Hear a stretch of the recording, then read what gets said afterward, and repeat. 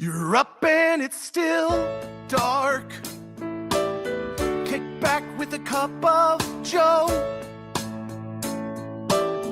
You know you've got friends waiting on 1620 The Zone. It's Happer and Schaefer. It's Connor and Mike. Listen on the radio stream or YouTube or podcasts. Anytime it feels right.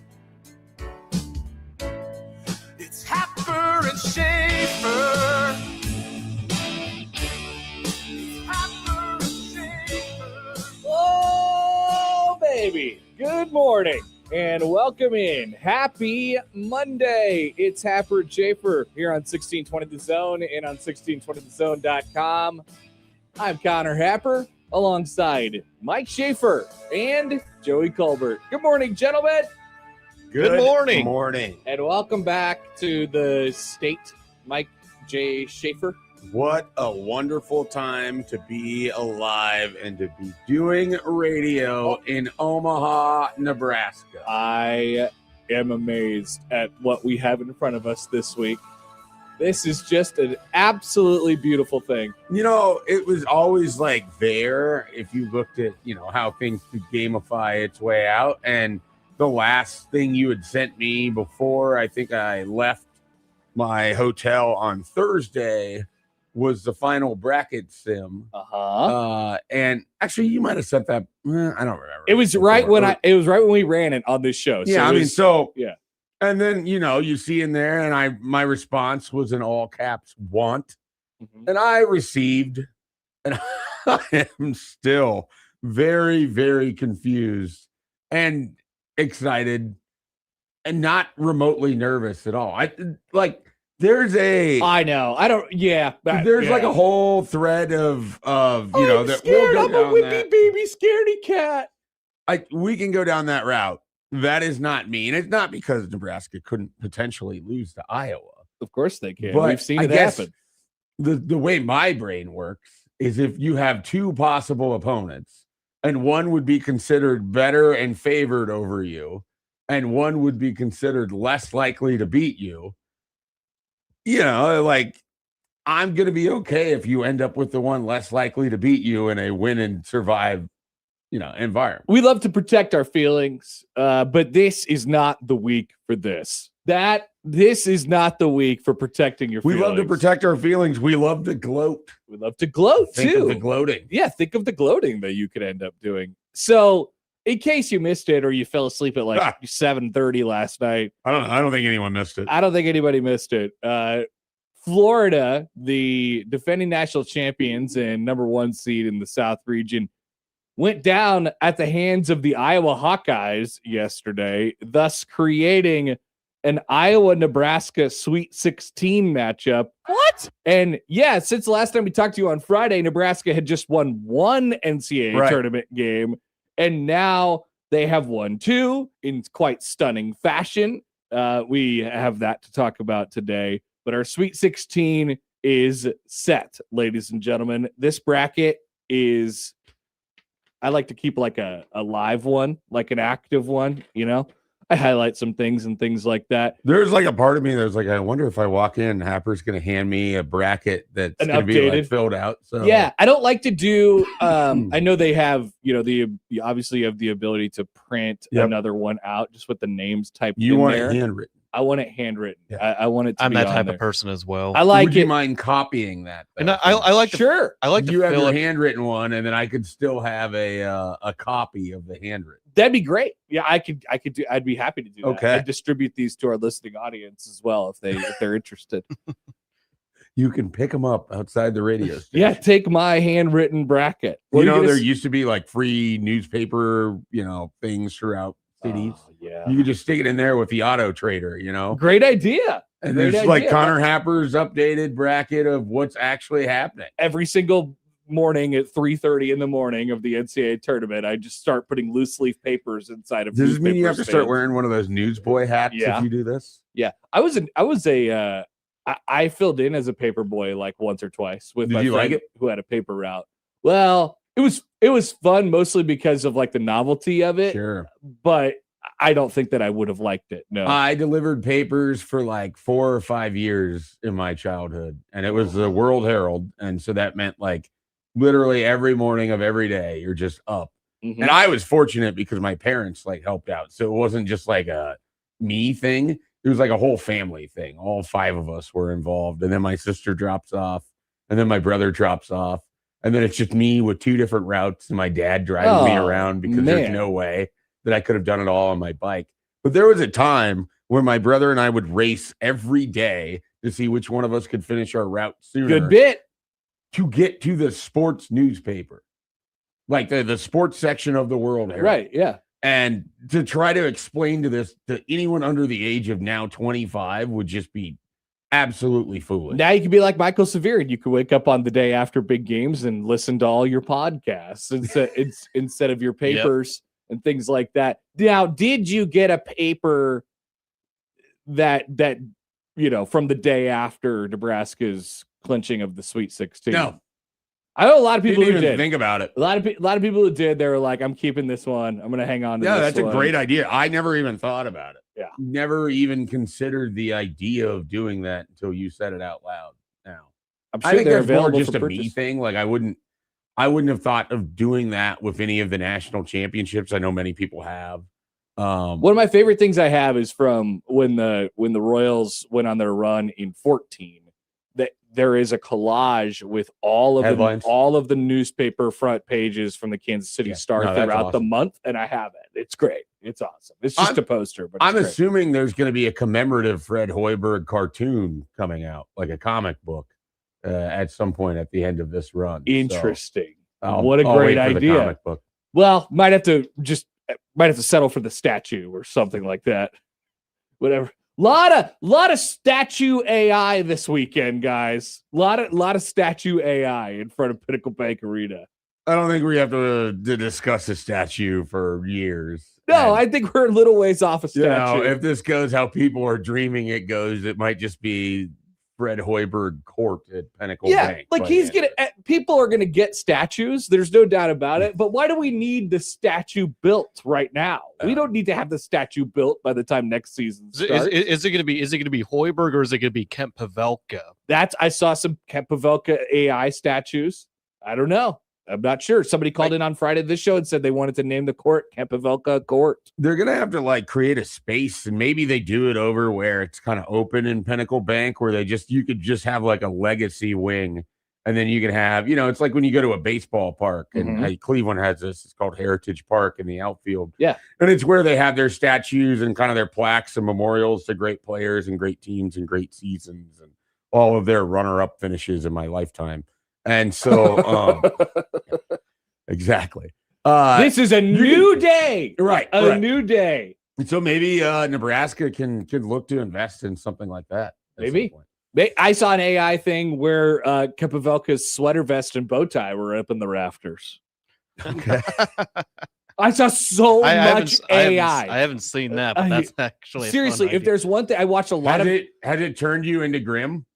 No, no, I actually think it had a purpose in this case. Sure, yeah. It was kind of useful just to see it. Visualize. I watched so much of the NCAA tournament this weekend, number one, but the second most thing I watched was AI mock-ups on Twitter of people who are creating things that might look like at Pinnacle Bank Arena. Which is amazing because I feel like outside of firing off a bunch of tweets, I didn't really scroll that much. Yeah. So I think I missed all of this. You probably did. So if there's a specific account for me to be able to go back through here.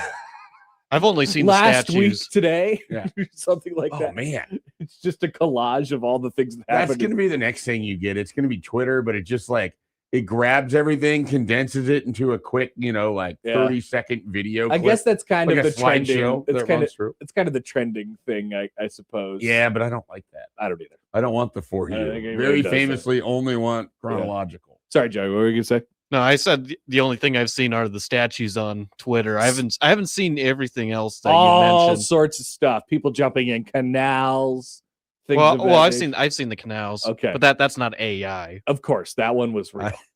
How stinky were those people? So I'm glad you asked. So one of the great experiences of this past week is just sort of randomly running in and having conversations with people you might never meet again.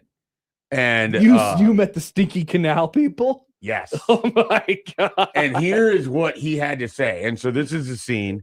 It is after Nebraska's win against Vandy. I go to a establishment that they opened later. And so they were well prepared for everything because they had just watched everyone else's mistakes. It's a good way to do it. And so, people were well on their way to being even more overserved. And I left around like 1:25 in the morning. And so it's like a 15, maybe a 10-minute walk to the hotel. So my wife and we walk to the hotel, we go in, and there's 2 Nebraska fans sitting in the area where like you sit if you had breakfast or just kind of the common area of the hotel. And they're finishing their beers, and they just like every other Nebraska fan that I saw after the Vandy game, just have this look on their face where it's like combination of absolute euphoria, disbelief, dead tired, and exhaustion. Yeah. And they wave us over, and you go do the whole conversation. Can you believe it? Yeah. And the one guy points at his buddy. He's like, "Canal jumper." And so I look at him and I was like, "You did?" And he's like, "I did." Yeah. I was like, "How bad did that smell?" And this was his response. Honestly, I jumped in worse bodies of water compared to Branched Oak. That was nothing. Unbelievable. So Branched Oak thrown under the bus in Great favor quote. of the canal in Bricktown. That is a great quote. Yeah, it was incredible. Like so many experiences this past week were fantastic. And a lot of it was just hearing from people that are listeners of us. I sent you this text. I get in the elevator to go down on Thursday, and it's me. There's multiple other Nebraska fans in there. You're in an elevator. Nobody I don't make conversations in elevators. I usually just stand there and try not to look at anybody and whatever else. And I try to not smell like a canal We're going person. down the floors, and there's probably about like a half dozen, anywhere from like 22 to 30. I don't know anyone's age anymore. These guys are in there, and all of a sudden one of them starts singing her theme song. And I just start laughing. What else are you supposed to do? And then, I have to borderline apologize for that earworm, but also just. So this was Ian, the work that you did I heard more people come up, talk about our show. And it's like, oh, you guys do great work, but also that song. This person had not said anything to you at all. They just started humming. There was no idea as to that I had been amazing. recognized or whatever. I'm wearing a Price is Right shirt. Great shirt. You were on television. Yeah, that was I learned a lot about that after the fact. Our dear friend Lanny sent that to us. Which Lanny watching basketball was kind of absurd to me. Yeah, I didn't know that was on the. Yeah, I thought it was like meat and potatoes. The meat being football and the potatoes being baseball. I stayed at his place in Denver a couple years ago when Creighton was out there for the tournament, and he was like, "Oh yeah, who else won today?" And stuff like that. I'm like, all right. So Nebraska's in it, and he's cooking now. So that makes sense. All of that to say, I mean, I met people from all over, Scotts Bluff listeners in Gothenburg, Brady, Grand Island, Central Nebraska that are excited about 97.7. Woo! I mean, so it was a terrific few-day experience, and then everyone is just happy. And you kind of forget what it's like to attend a Nebraska sporting event where there's just nothing but elation, jubilation, happiness. Yeah. Almost arrogance because of how well they played against Troy. Oh, I think I felt that a little bit going into Saturday. I think there was excitement, and then there was weird nervousness, energy before that tip. After Sanford hit those 2 threes, that's all gone. Uh-huh. And then all the way up until when Vandy reclaimed the lead with 5 minutes left, there was oh my God, they're going to the Sweet 16. They're going to do this. This team is back. Mm-hmm. It's December, January, Nebraska. Let's ride. It definitely was. And it still kind of was. I mean, I think the other prevailing thing, I'm jumping all over the place. I know. There's so much. Yeah. There's just slow me down if you want to save any of it. I mean, we're going to probably end up talking about the same thing 40 times. The respect that everyone had for Tyler Tanner by the end of that game. Absolute menace. It's just like disgusting. I don't know that there was as much for anybody else associated with Vanderbilt, but that guy was just like, wow. Yeah. Survived like a sort of an epic performance. Yeah. And then just, by the skin of your teeth. Nearly a couple scraps in the game. I went back and I was watching, someone had like a clip of the bear, because I saw it live. I had not seen like a video of it. And then I realized it's the same guy who said that he was going to silence, or that he couldn't wait to, And then his 78% free throw shooting failed him down the stretch. Yeah, he missed all those free throws. That's incredible. Vanderbilt missed all those shot free like throws. 56%. Yeah, I felt like every time they went to the line, they had 0 points that got scored from it. It was really valuable. The visual of that. Oh, I know. And we got people going back. It's like the double dribble, all the different stuff from. Oh, you mean Dan Wolken? Is he going to get guested on today's lineup? God, Dan Wolken will not be called today. It was a classic game, but they missed a call at this one point. It's hard to tell. I think there's at least some sports media people who are from Nashville and they like secretly root for Vanderbilt and they kind of honk for them. And so it takes me a second to remember that because I don't think about Vanderbilt at all for the majority of the year. So there's that piece of it. It seems like nobody thinks about Vanderbilt based on them having less presence than pretty much everybody but Idaho. Except for those guys wearing those V shirts. Somebody sent me a picture of them. They tried to make fun of me. They did make fun of me successfly, but they I mean, what are you gonna do? They tip your cap. They sent me a picture of these guys. Did you see those guys at all, Schaefer? No, I did not see those. Sent me a picture of those guys. They were like, Connor, why were you there? I was like, I'm not wearing Vanderbilt stuff. People got mad at me a lot over the weekend, but that's pretty normal. Wow.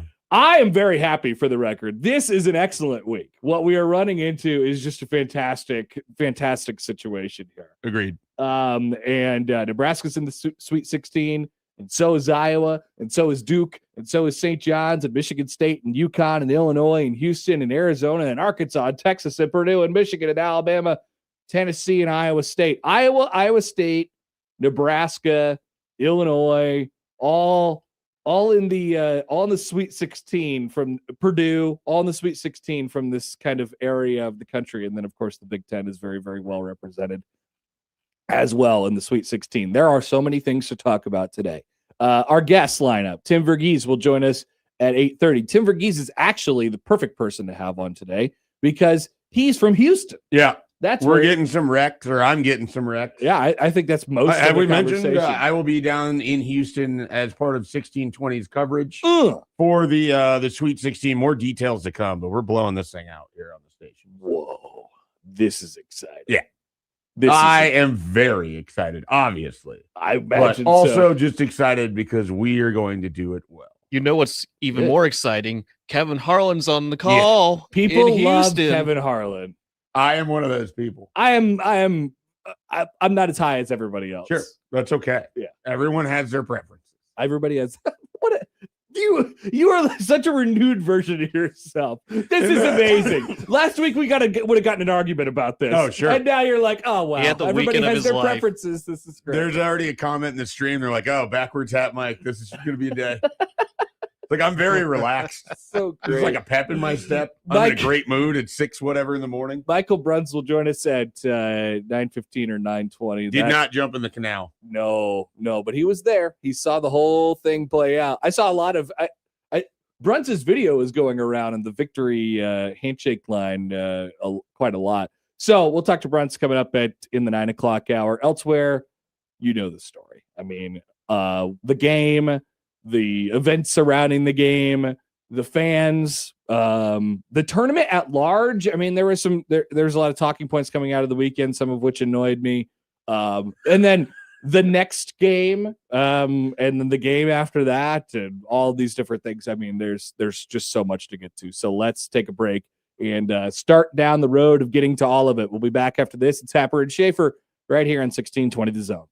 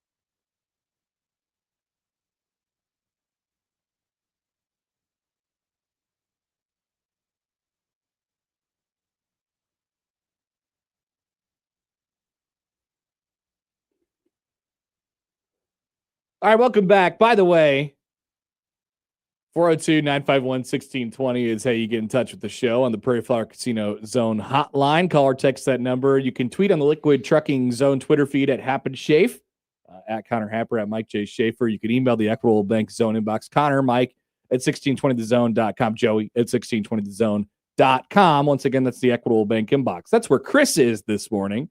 He says, I will be in Houston on Thursday anyway, because I was going to the Texas Children's Open PGA event. I think this is the universe telling me I'm supposed to go to this game.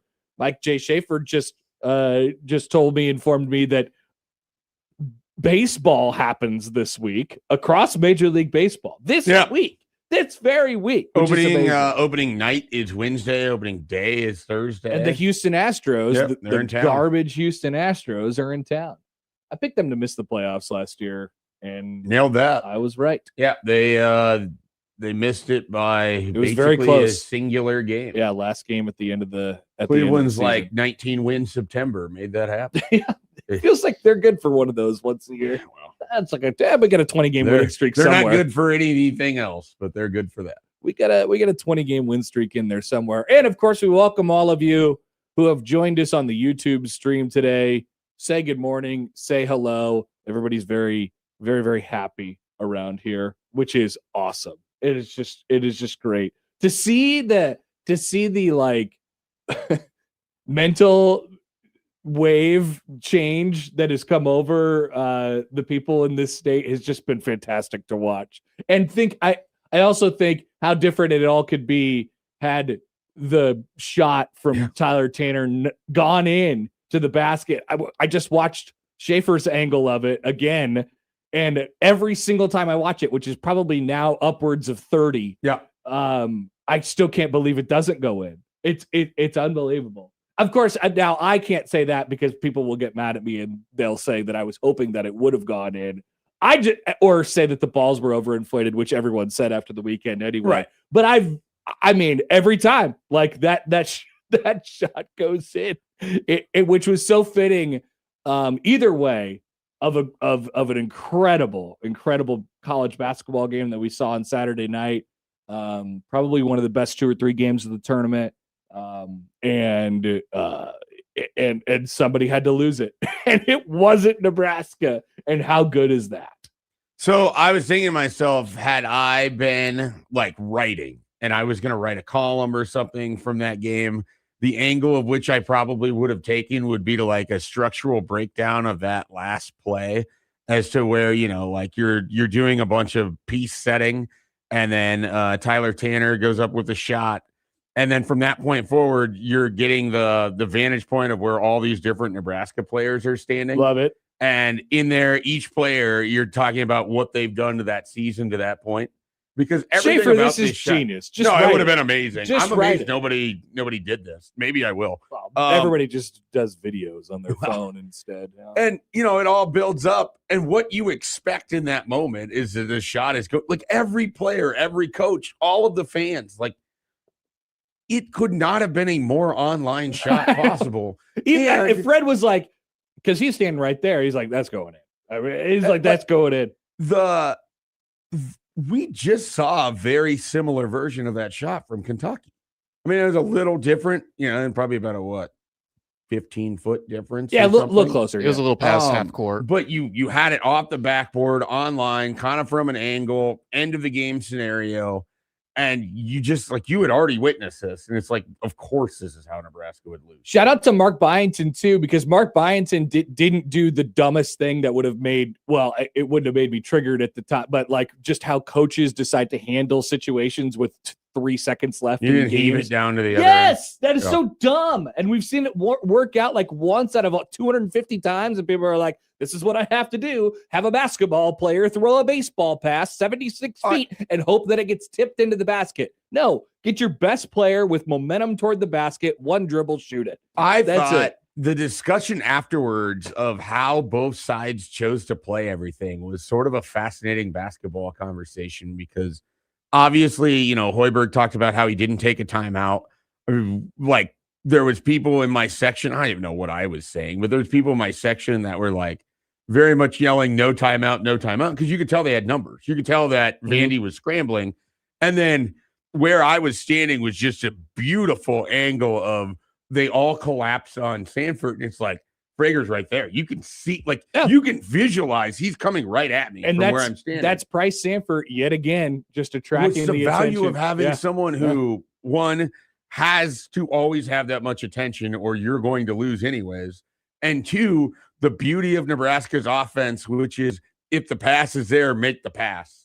Made the pass, made the layup. Everything else goes from there. But, man, so then, I agree with you because there was a discussion of that was your play. And it's like, well, you put the ball in your best player's hands. Yeah. And you gave him momentum, and he put it online. And Frager made a great play to get by and get downhill and all that stuff, too. Obviously, the finish. But I thought Nebraska and Hoiberg, Sam and his dad, did a great job of you stayed far enough off, but you didn't let him get more center court. You forced him at an angle where he was going to kind of have to go along the sidelines. Yeah.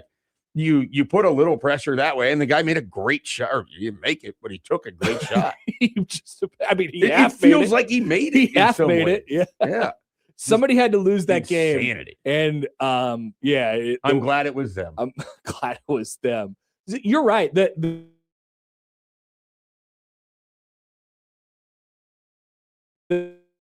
The shot sideline is way tougher than a straight on shot. The smart thing is you catch it and you want to get to the center of the court because you're going to try to, if you can use the backboard or it's a better angle to shoot from. And so Hoiberg just kind of sheepdogged him to the sidelines.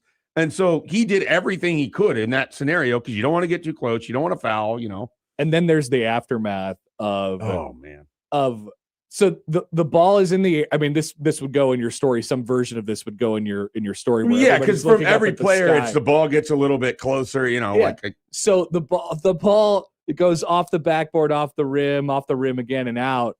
And you see the Vanderbilt bench hit the deck. They're on the ground immediately. They've just got run over by a truck of emotion. And then the Nebraska players, who are all looking up into the air oh my God, no. Jamarcus and Kale are just oh my God, there. No. And then the first reaction after it rimmed out was, oh my God, I think that almost went in. I think I almost just died. And it took at least probably a second and a half to clear that out and say, we just won and we just went to the Sweet 16, which is the wildest 1.5 second swing of emotion that you could possibly imagine. The sound that I've watched 700 different angles now of it from people who were in the stands and then obviously the television one. The sound that was made when that ball went out of the hoop from Tyler Tanner was something that I had never really heard before. Both the crowd and then also just the way that it sounded when it hit the backboard and then the physical sound. Yeah. Because the broadcast with the microphone right there, I didn't watch that until Sunday driving back. Yeah. What a noise that was. Just incredible. Just a truly remarkable thing to have experienced. Let's hear how it sounded. Joey, go ahead and pull that up. Let's hear how it sounded. This is Mr. Kent Pavelka. This is 3 possessions before it happens. This is terrific. Nebraska gets a stop on defense and then gets the bucket and then and then it ends on the half-court heave. Here is Kent from the Huskers Radio Network. Hole puts it up, missed it. Put back up and in by Mass. You got a tie game at 72, 39.4 seconds left to go in Oklahoma City. A trip to the Sweet 16 in Houston, Texas on the line here. 33-32 with the ball. Cherokee swings it right side in the midcourt. 18 on the shot clock. Tanner's got it against Hoiberg. 72 apiece. It is 23 seconds, 22. Tanner right side, they hedge him. He drives Hoiberg. He nearly fell down. He's on the dribble. Baseline, no shot for him. Gets it over to Nickel. 4 on the shot clock. In the paint, shot on the way, no good. Rebound Nebraska. Huskers have it, 9 seconds left to go. Across the timeline, twice. To Frager. Layup. Yes! Yes! It's good. 2.2. It's 2.1. Long shot, no good. With 2.2 to go. Handed the ball. Gets it in. 2 seconds. Half-court shot on the way. Oh, my God. It's no good. Oh, my Lord. In and out at the buzzer. Nebraska Sweet 16. It is a miracle finish for Nebraska. And it was destined to happen. It was destined to happen. Nebraska's going to the Sweet 16. A half-court miss by Tanner, and it was halfway, three-quarters of the way down. It popped out, and I have never broadcast a game like this in my lifetime, and I've done this since 1974. Listen to Nebraska's crowd. Shout out 74. Oh my God. Oh my God. That was the reaction, which I don't think it literally could have been anything else. I just like how his voice just changes completely mid-sentence. Listen to the crowd. It's so good. And literally the only reaction that anybody could have had when that shot clanked out was, oh my God. I was sitting on my couch, dead silent. Everybody else in the house is asleep. And I am sitting there, and my body involuntarily jumped. Like I'd never really felt that before. It just like it moved itself. And then I made a slight noise and put my hands on my head, and I couldn't believe it. I was expecting something crazy to happen in that final possession. I was, because of the misfortune Nebraska has dealt with through since the start of the 21st century. I was expecting, pretty much. I mean, I have seen them lose that version of it, not the context of an NCAA tournament game. They hadn't ever lost on a buzzer beater before. But I've seen them lose buzzer beater final shots, half court shots. Like I've seen Nebraska lose in that version before. So it wouldn't have been stunning in that you could never expect it. Just like the scene, it is so hard. And you guys watched it on television, but the idea of what that looks like if Vandy wins, and then sort of all of those people there, and like, what are you supposed to do after that? You have canal jumpers for all the wrong reasons then at that point. I don't even know. And then imagine the context of what happens yesterday now. No. I mean, it would be the worst. It would be the worst discourse of all time. I pass on that context. Well, it'd be like me talking about what would have happened had Creighton not got eliminated that year. They would have pass on that context too. Right, but that's what it would have been. I get it. They would have beat Iowa. They would have went to the Elite Eight, rolled the ball out there against Houston or Illinois. Right. Hell, maybe Illinois is there, and it gets even further down the road, and they're in the Final Four. My brain has gone to that thought process. Oh, I bet. And then it's like maybe there's Michigan State in the Final Four. And for the record, my friends, UConn. For the record, you should go there. This is where you start, as Kent said on Thursday. Watch and dream. Watch and dream. That's going to be a T-shirt. If it's not already. This is what it's all about. You start looking around and you're saying, look at what we've done this season, and look at what these teams have done this season. And I know that there's probably 2 or 3 teams that are out there who are certainly big favorites to cut down the nets. Arizona has looked pretty dang good. Although, got a little bit from Utah State last night. Michigan has looked incredible over the first 2 days of the tournament. Duke had to survive a scare from frickin' Siena, and the other 1 seed is gone. And you're looking game by game, potential opponents, and you're saying, this isn't that crazy anymore. And it's not. You're in the Sweet 16. It's not that crazy anymore. No. And you're one of 16 remaining, and you have a great chance of being one of 8 remaining. And if you're one of 8 remaining, watch and dream. Watch and dream. We will continue to talk about this game, but when we return, we have our man of the weekend. I'm gonna go. I can't wait to see where Schaefer goes. I'm gonna not talk about Nebraska basketball in particular, but it is tournament related, and I have no earthly idea where Joey is going. Yeah, the Celtics, how have they been doing lately? I have no idea. I noticed the further I get away from the show, the less I know about the Celtics. They lost to Minnesota at home for the first time in like 20 years. Dang it. So it won't be that. Anthony Edwards, man of the weekend. I was never thinking of the Celtics for man of the weekend, by the way. All right. Well, we'll find out what it is coming up next on 1620 The Zone.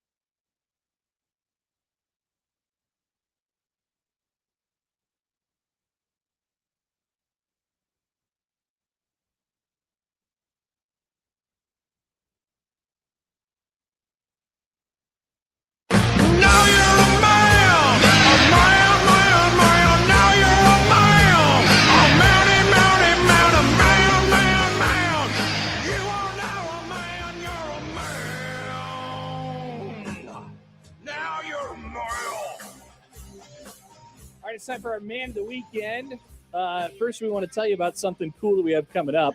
McMaster's Matchup. Your shot at $250 without even swinging club. Will randomly select 20 entrants and match each one with a pro golfer for a large upcoming tournament. Do we get to select the pro golfers, like me, you, Matt? We can just sit around. We probably should. And just pick the names that get assigned to these people. So if you want to be in the pool, you just head to 1620thezone.com and register all the way up until Sunday, April 5th. If your golfer ends up winning said large tournament that people care about, you will get $250. And that is called McMaster's Matchup. All right, Man of the Weekend. Let's go there. Who wants to go first? Volunteers? I'll go first. Joey, go first. 2 volunteers. I just want to get it out of the way, but the Big Ten Conference had a fantastic weekend, except for UCLA, Wisconsin, definitely, and Ohio State. 6 teams are in the Sweet 16. Is your Man of the Weekend Manfred's boy? Yes, it is. Manfred's boy. Tony Petiti? God, Joey. I don't think Tony Petiti had anything to do with it does. It does not. I wasn't going to suggest that, but the Big Ten Conference itself deserves to be in the spotlight because Nebraska, Iowa, Illinois, Purdue, Michigan State, and whatever other team I'm missing advanced to the Sweet 16. They contain most of the field in the last 16 remaining. Do. Oh, I forgot. Purdue. I said Purdue. My favorite Nebraska honk stat that was going around in text chats yesterday was that, and UCLA ruined it, but had UCLA made it, every team Nebraska would have lost to this year was a Sweet 16 team. That's true. And so it's just like, oh yeah, this team is great. Yeah, that's crazy. And there is a world where Nebraska could get to the Final Four in these next 2 games. Only playing Big Ten teams the rest of the way also. And teams that they've beaten. Yeah. And teams that they've beaten. They could potentially get all the way to the national championship playing against only teams that they have beaten. I would love to see it. They would not be able to play in the national championship game against a team that they have. But they would get full strength Nebraska versus Michigan. Or Purdue. With Nick Stauskas. Neither of which I think sitting will be courtside. Nebraska Purdue in the national championship would be. I don't need to see Oscar Clough again. This is I was listening to the radio call, and every time they said Clough yesterday, I was like, I'm good. You just kind of wanted to barf. I'm just done. A little bit. It sounded like Miami was giving them everything in the they first were half for and a then while. fell apart. It is great. I don't know who was on the call. I could probably look this up, but there was like such disgust that the analysts had for on TV lawyers. No, radio driving back for Fletcher Lawyer's defense and how bad it was. Nice. And he was just calling it out on like every possession. Like, you can't play him right now. Oh, this could have been my Man of the Weekend, substitute Man of the Weekend. I was listening to a little bit of 1620 The Zone Westwood One's coverage, and I heard some Benetti. He was up in Buffalo, I think. God, that guy rocks. Because he filled in for Brian Anderson because he lost his voice for like the first day on TV. That guy is so good. Shout out to Benetti, backup Man of the Weekend. All right, who's yours? I am not choosing a man or a woman or a person at all. I am going with the Wilson Evo NXT basketball as my Man of the Weekend. I don't know if it caused Tyler Tanner's shot to not go in. I think it had more to do with the force of which it hit the backboard and everything else. But if there's any chance that the alleged overinflated basketballs, which is already the dumbest storyline, because I don't think it has had the effect that others do. But they are overinflated. I don't know that it has a super huge effect, but they are overinflated. In the sense that, like, you can't tell me that someone's, I'm not shooting well because of this, because other people are shooting fantastic with the same basketball. Sure. Like, ultimately, it comes down to how you're playing in the NCAA tournament might have a bigger effect. No doubt. Does that ball go in with a less inflated basketball is It's probably the Vanderbilt version of would Alex Gordon have scored in Game 7 of the 2014 World Series. That's not what I was thinking necessarily, but that works. It kind of works. If you wanted to go with a what if there, I think that one works. Shout out to the bright orange basketballs, which we've been talking about for years on all of my shows. The very bright fluorescent basketballs that they use for the ends. They're brand new. They're straight out of the box. They're still tacky. They bounce really, really high, and they don't even touch them. They just put them out there. And what they do for the NCAA tournament, I believe, is each team gets their own like rack. Yep. And so like there's so many balls and they don't get worn in and stuff like that. And there you go. I know there's so many balls, Joey. Very, very funny. But but that's how they do it for the tournament. That's how they have been doing it for the last. So that is my object of the weekend. I have an actual man of the weekend, one of my favorite men, and it's a great time to honor him right now.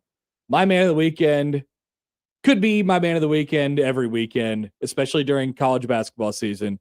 It's Bill Raftery, who is 81 years old, I believe, still drinking heavily on the weekends, or 82, and still giving excellent calls in the NCAA tournament. Here is a snippet from the Illinois VCU game, courtesy of March Madness. Trying to run. Djokovic. There you go. All the way, and he misses on the jam. Wow. Boswell. Give it up. Oh, 96. Wow. Take me to the Balkans, please. Bill Raftery, folks. Loves it. Just the little noises, it's always so good. I look forward to every single game when he declares that the defense is in man-to-man. Even if they're in a zone, they say they're in a zone with man-to-man principles.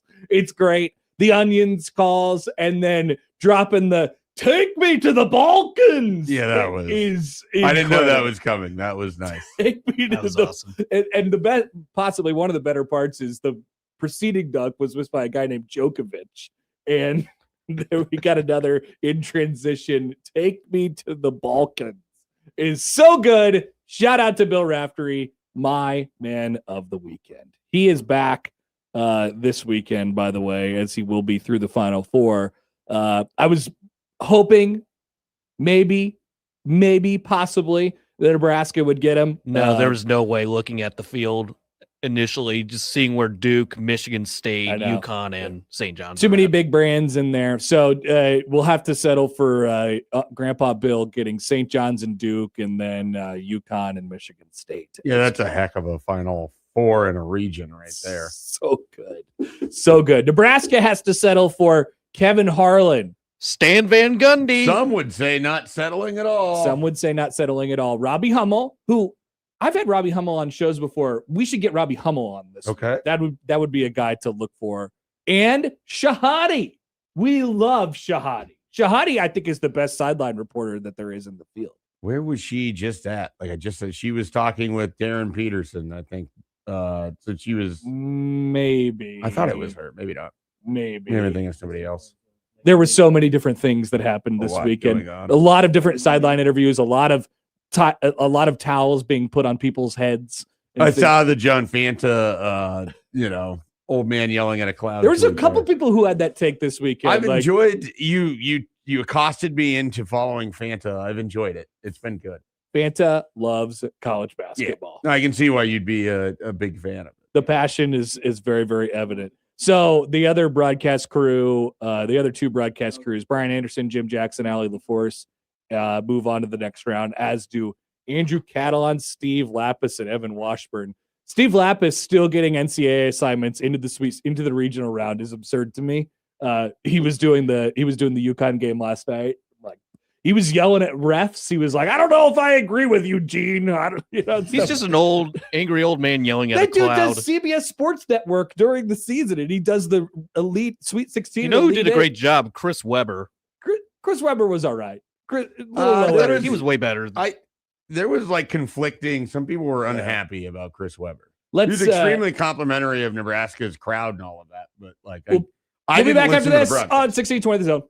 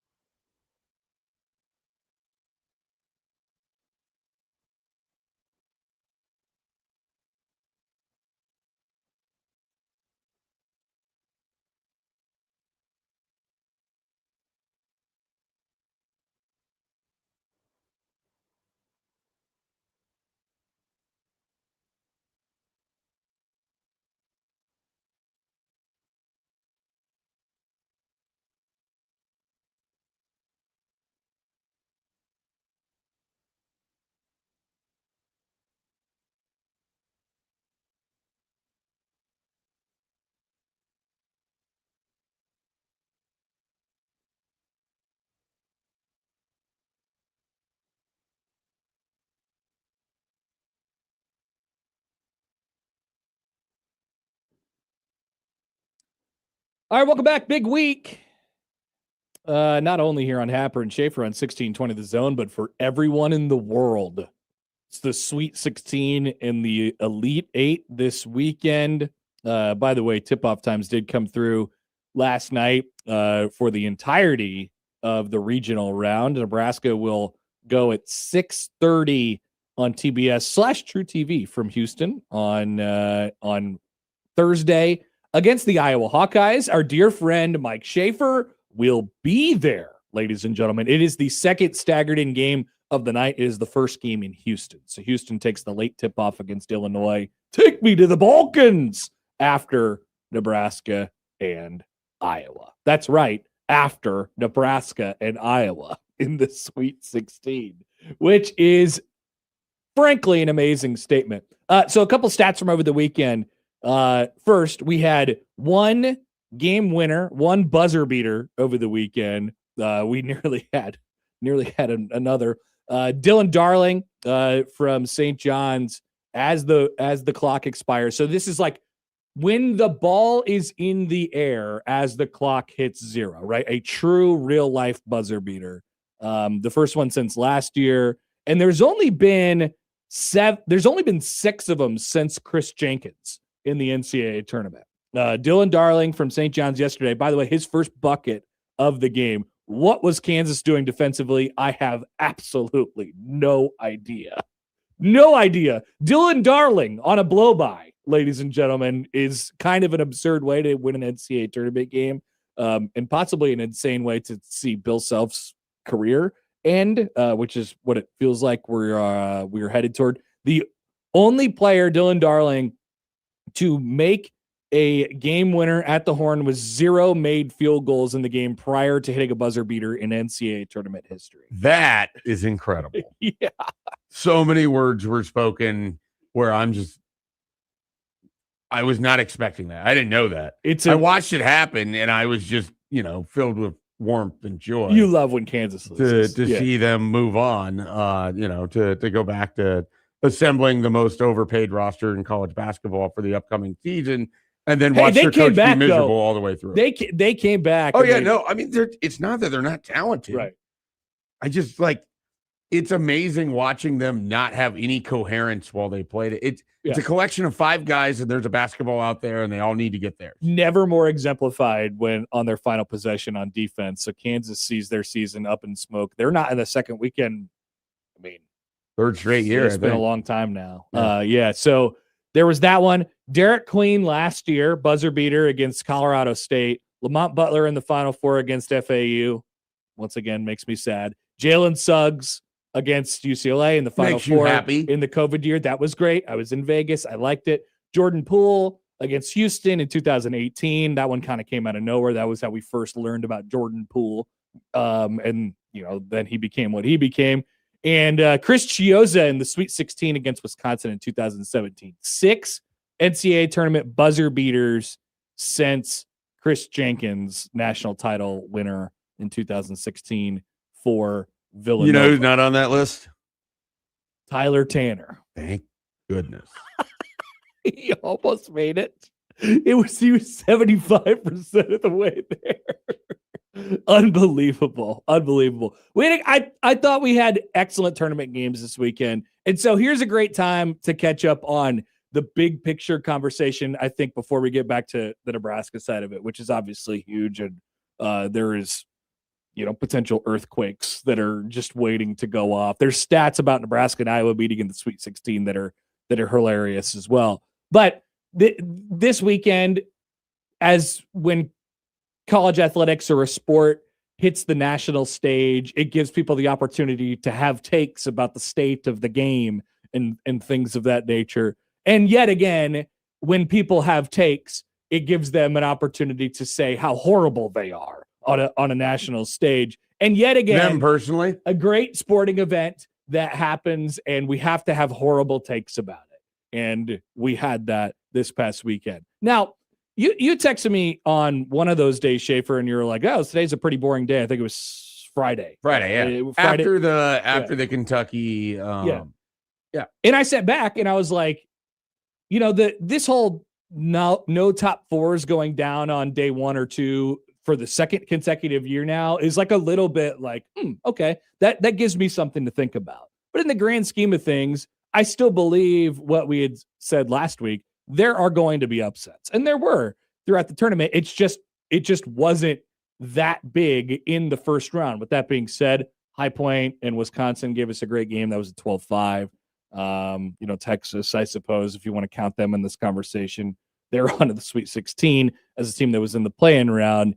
But so I do think there is something baked in there, but everybody is taking the lowest possible hanging fruit on this, which is the sport has never been further apart. It's NIL. Look what it's done to the game, and look at what it's done to the NCAA tournament as a whole. This event that we love, it now sucks. Which, by the way, if you watched any of the 4 days for really any period of time, with the exception of Friday, like afternoon/evening, you would have said, nope, there's a reason why I think this is the best sporting event that we have on planet Earth, including, of course, late Saturday night. I do think it means something.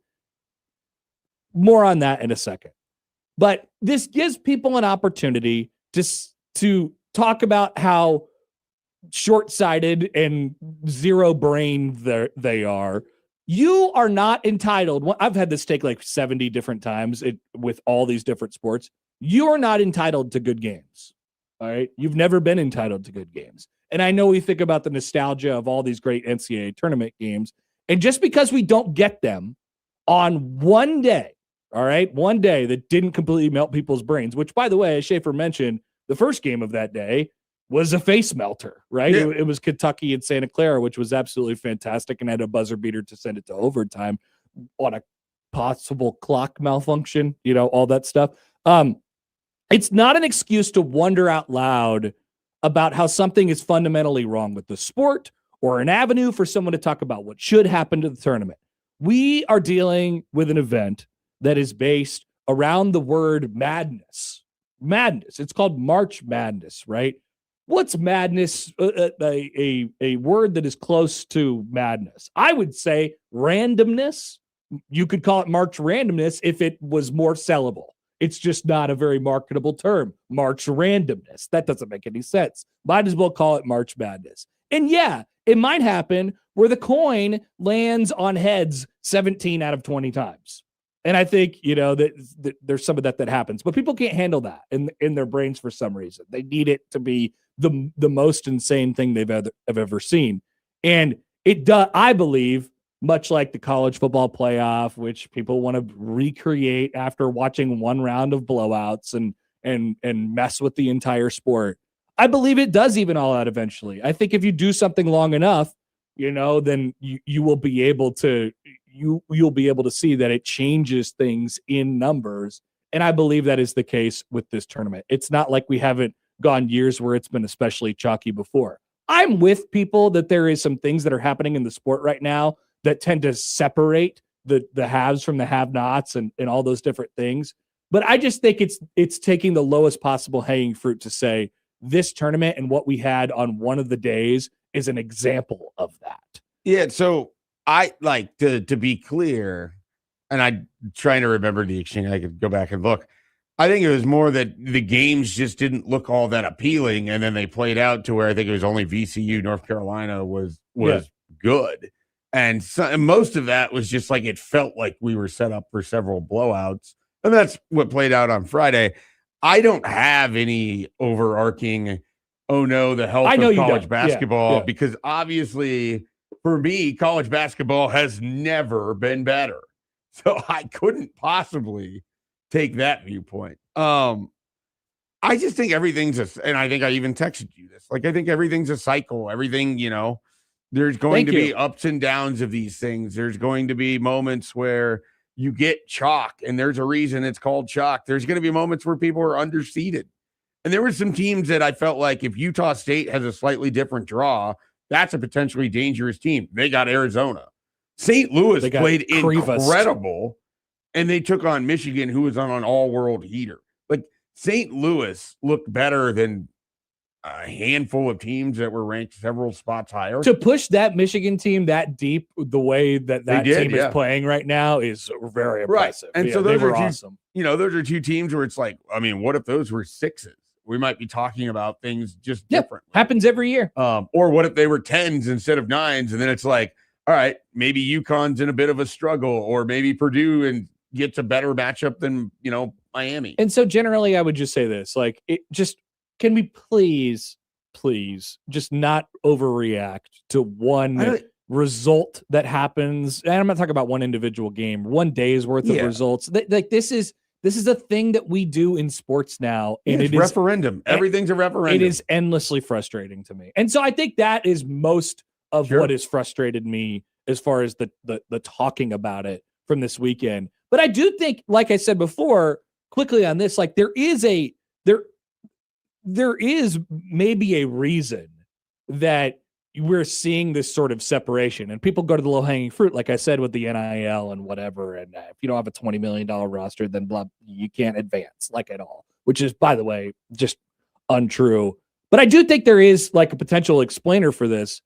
I think these teams are just better at basketball. Like I think these top teams are just better at basketball now. We saw a shift that happened in college football when Nick Saban decided to like get good at offense and not just win because he had better athletes than everybody else. Win because Mark Ingram had the best offensive line in college football. Right. Like, you know, they were like, oh my God, these teams are catching up to us and these styles are making fights. And we're a little bit worried that we're going to get picked off in one of these games. So why don't we try to maximize what we have as well?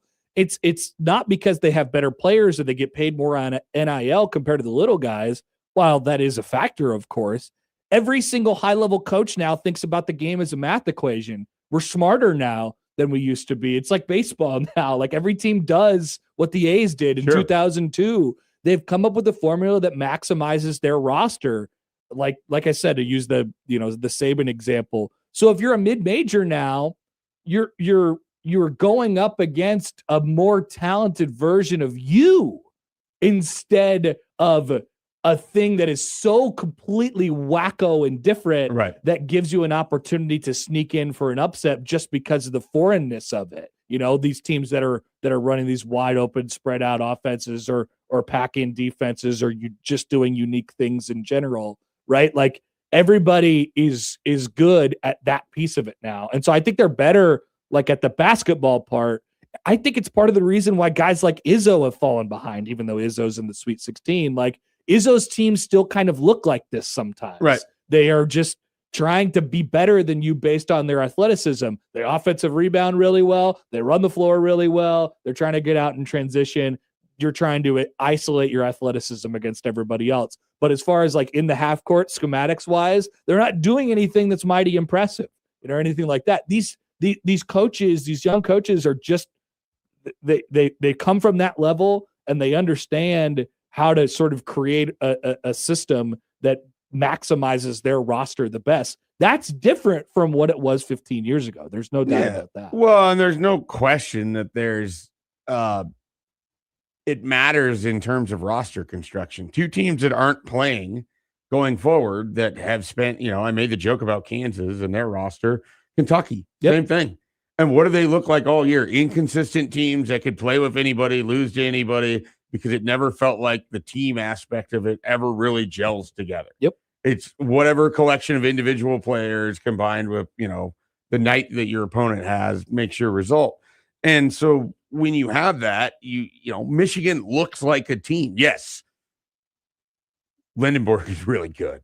They paid for him. Oh, absolutely. Yeah. But you put that together with everything else that they put together, what Dusty May has brought together, obviously a great coach with what he did at Florida Atlantic. I mean, that's why they look like that. I mean, it's more than just the NIL component itself. It is the people that are assembling the rosters, that are determining the playing time, the players and how they gel together and play. And you've talked about this the entire run up through, Nebraska's 20-game win streak. It was the connectedness. Yep.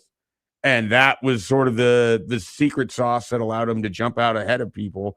Others potentially have caught up, but it's not just Fred Hoiberg's a great tactician, because I think he is. I think that's fairly obvious at this point.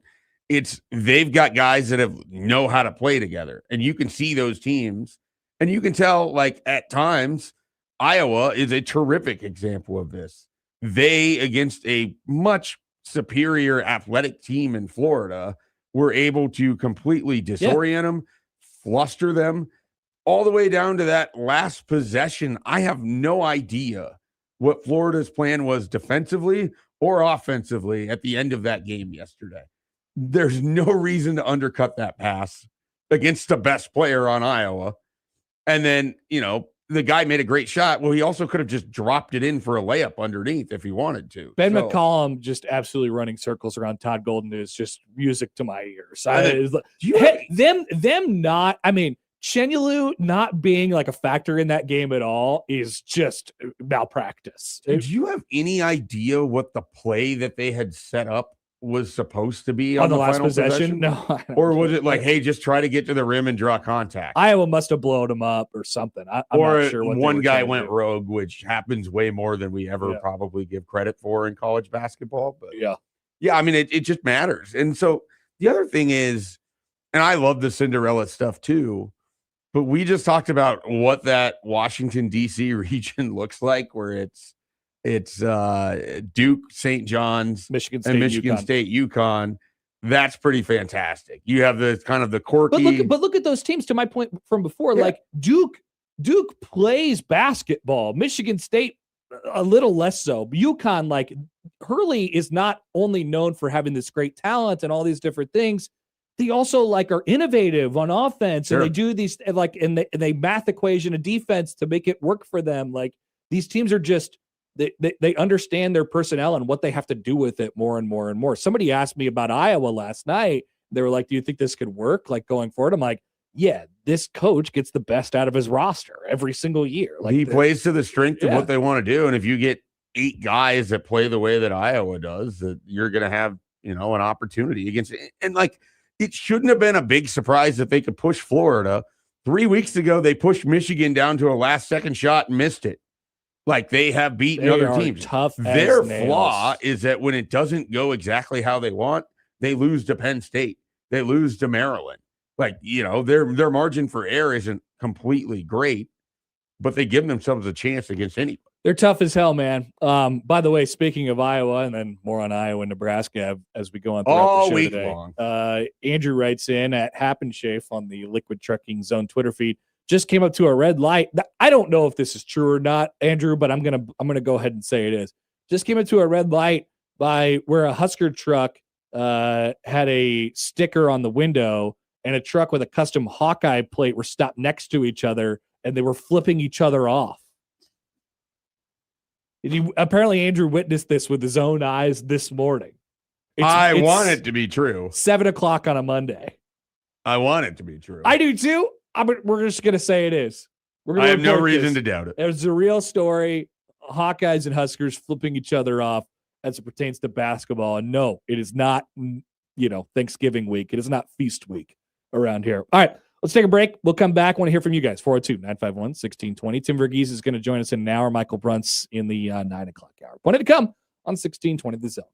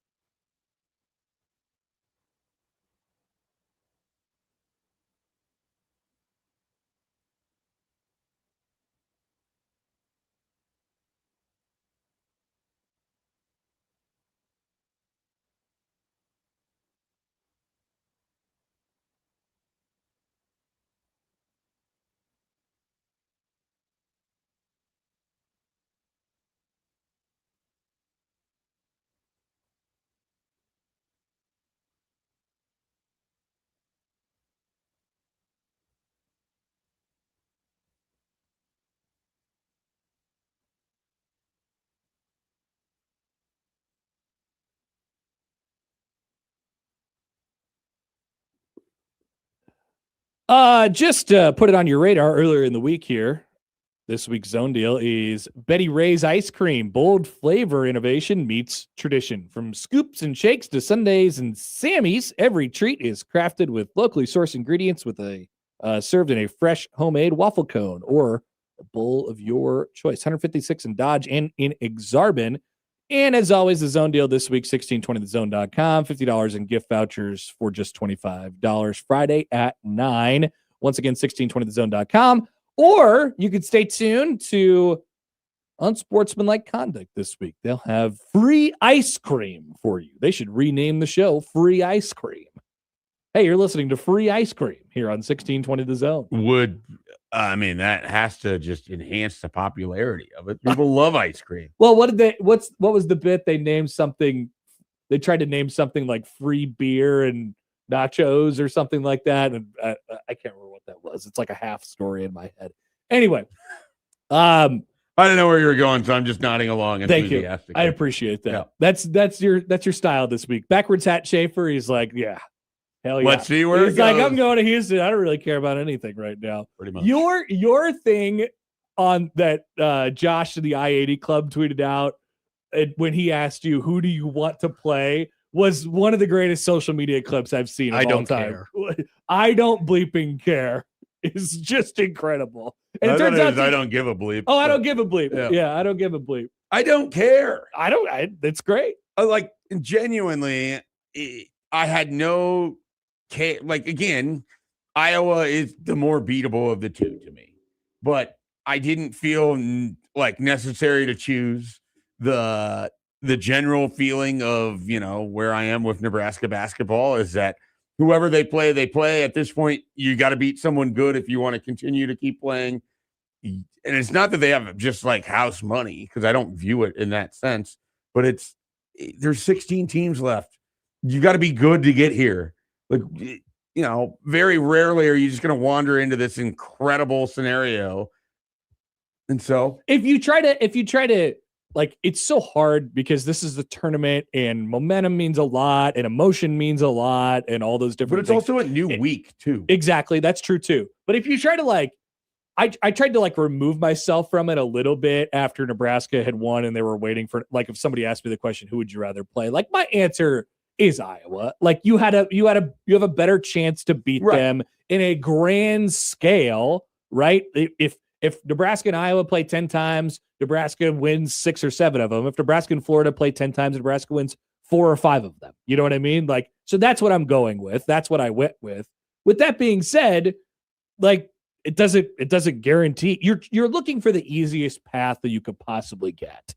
Now, this one comes with complications, because you've seen them twice this year. You've played 2 knockdown dragouts with them already. It is your biggest rival, point blank period, in every sport now, especially basketball. Over the last, couple months, we've come to realize that. Or you could have had a crack at a defending national champion who, admittedly, that does come with less stakes. The stakes are the same. Like, you're playing for a chance at the Elite Eight no matter what. But I heard from some people last night who were like, I would have rather played Florida because it's a house money game and nobody's expecting Nebraska to win, and I want to protect my emotions as much as humanly possible. And I'm like, yeah, whatever, I want to see the Elite Eight. Yeah. And if it's Houston and Houston, fine. Right. That's what it is. But the idea that,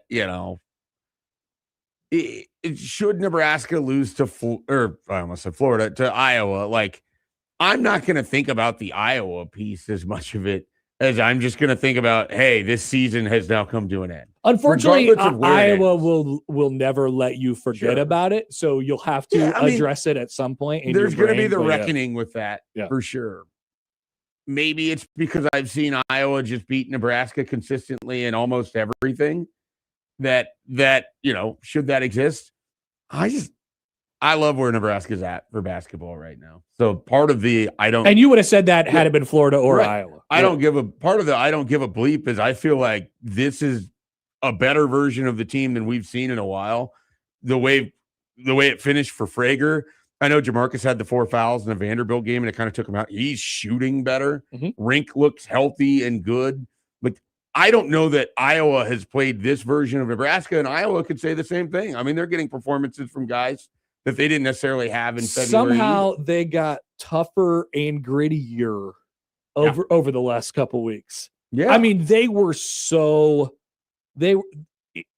you have to be so freaking locked in to play that team, like offensively and defensively. And it might it'll be a fight.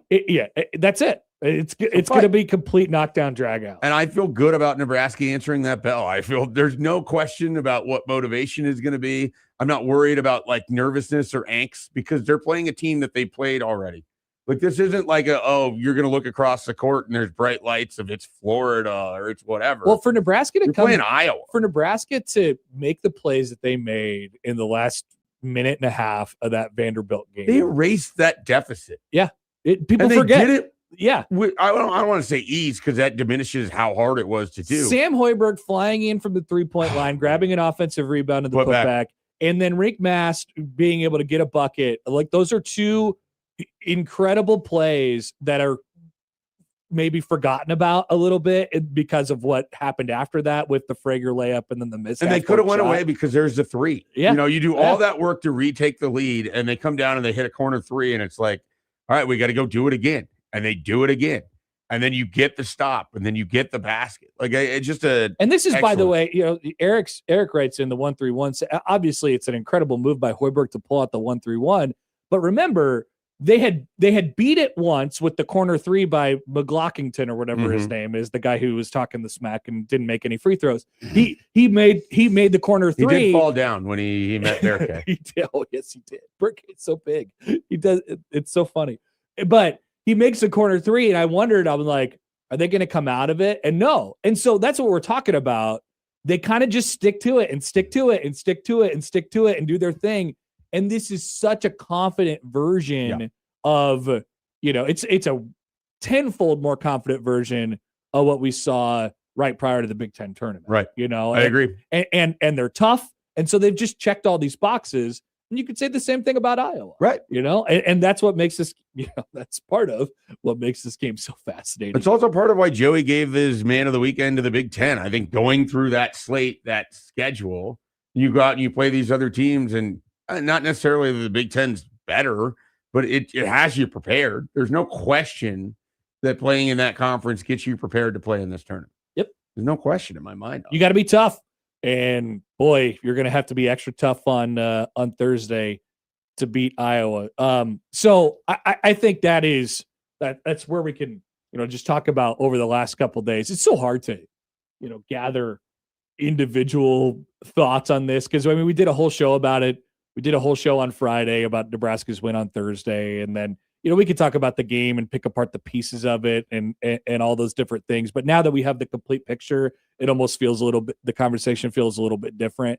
But like I just said, as we thought in general, Nebraska was not going to go down looking like the version of themselves that they had been over the last couple of weeks. They are a different version of themselves right now. They are attacking the energy. It was endless for 2 games. And I think, and I did, probably 15 minutes on this on Friday.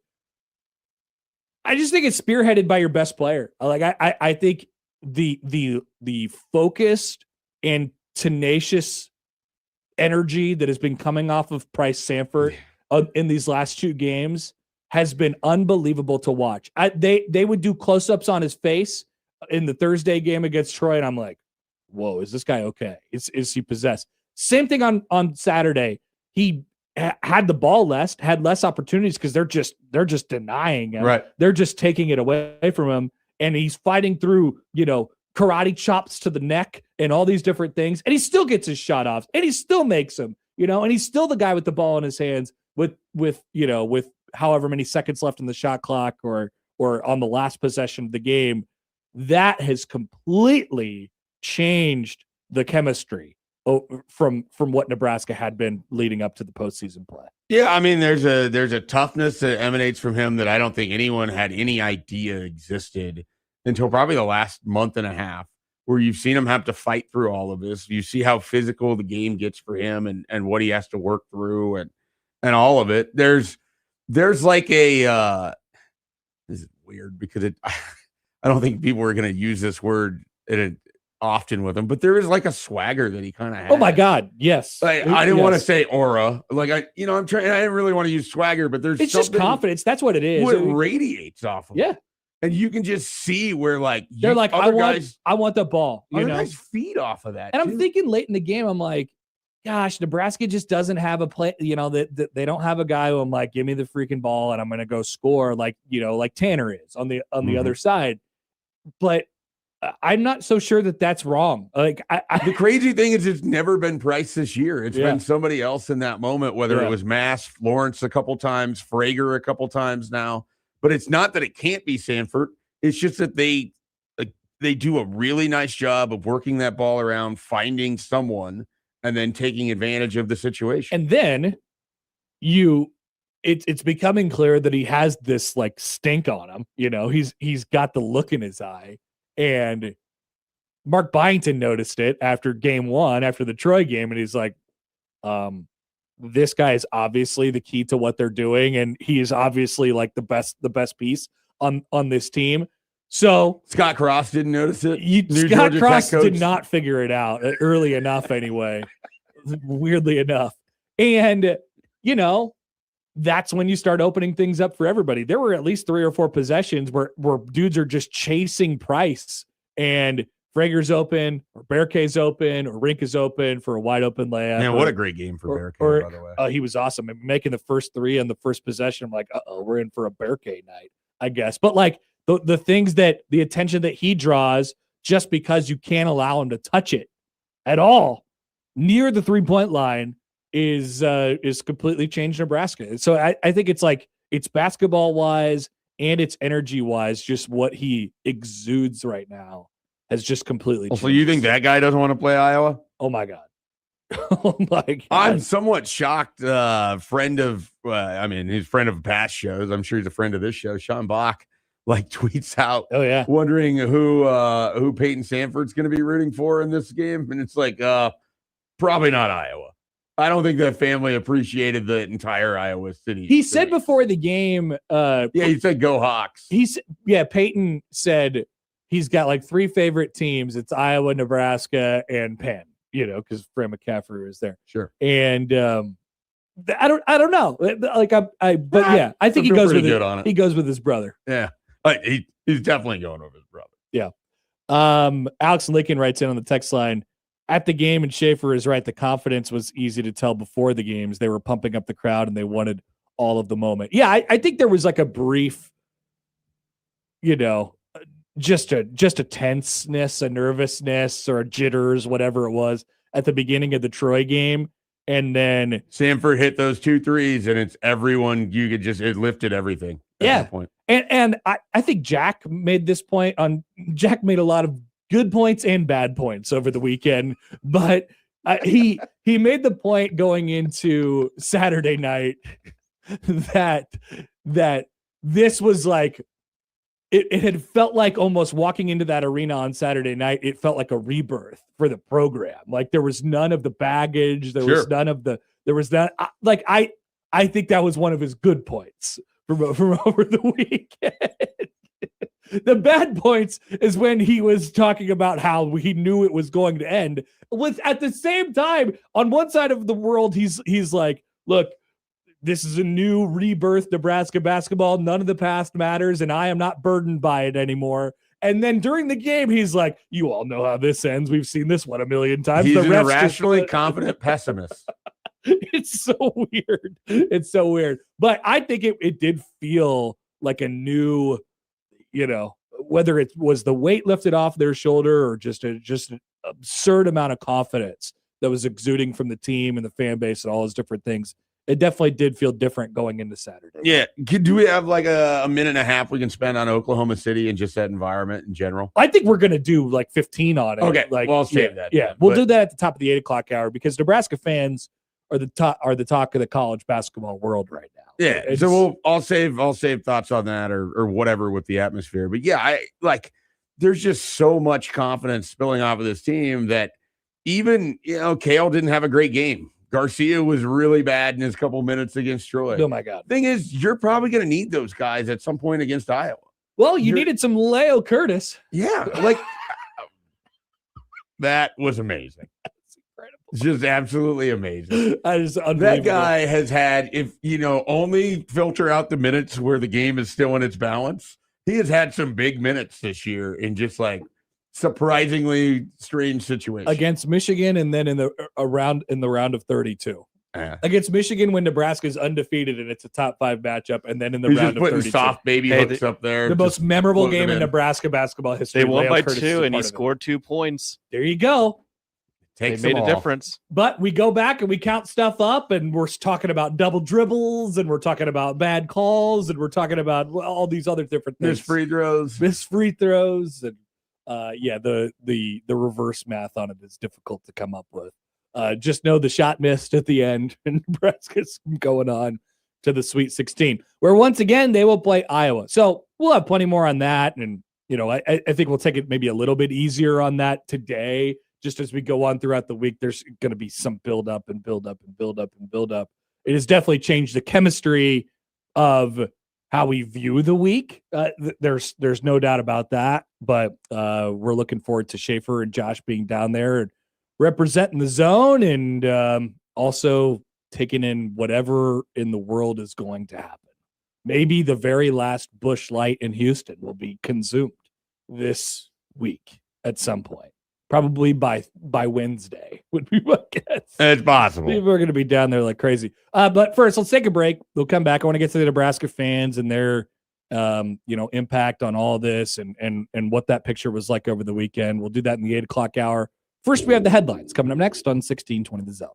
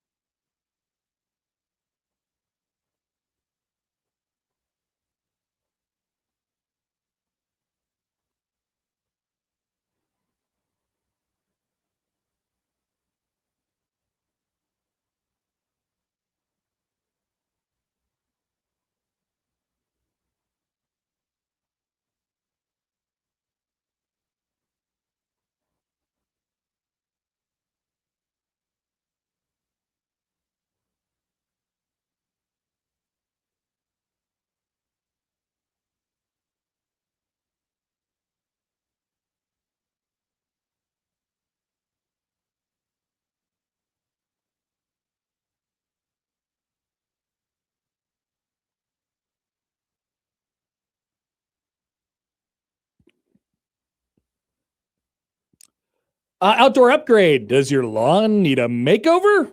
Starting to green up maybe a little bit. Have you been dreaming about your own backyard oasis? Well, the outdoor upgrade with Roberts Nursery Landscape and Lawn will give you a shot at a $10,000 backyard makeover. That's right. Head to our website, 1620thezone.com, and register for your chance to win a $10,000 outdoor upgrade from Roberts Nursery Landscape and Lawn. I wanted to say that I was partway excited and partway sad about my team that I've decided to honk for this year, the Iowa State Cyclones. I may have given Joshua Jefferson a like a couple notches higher on my Wooden Award vote list because he got hurt.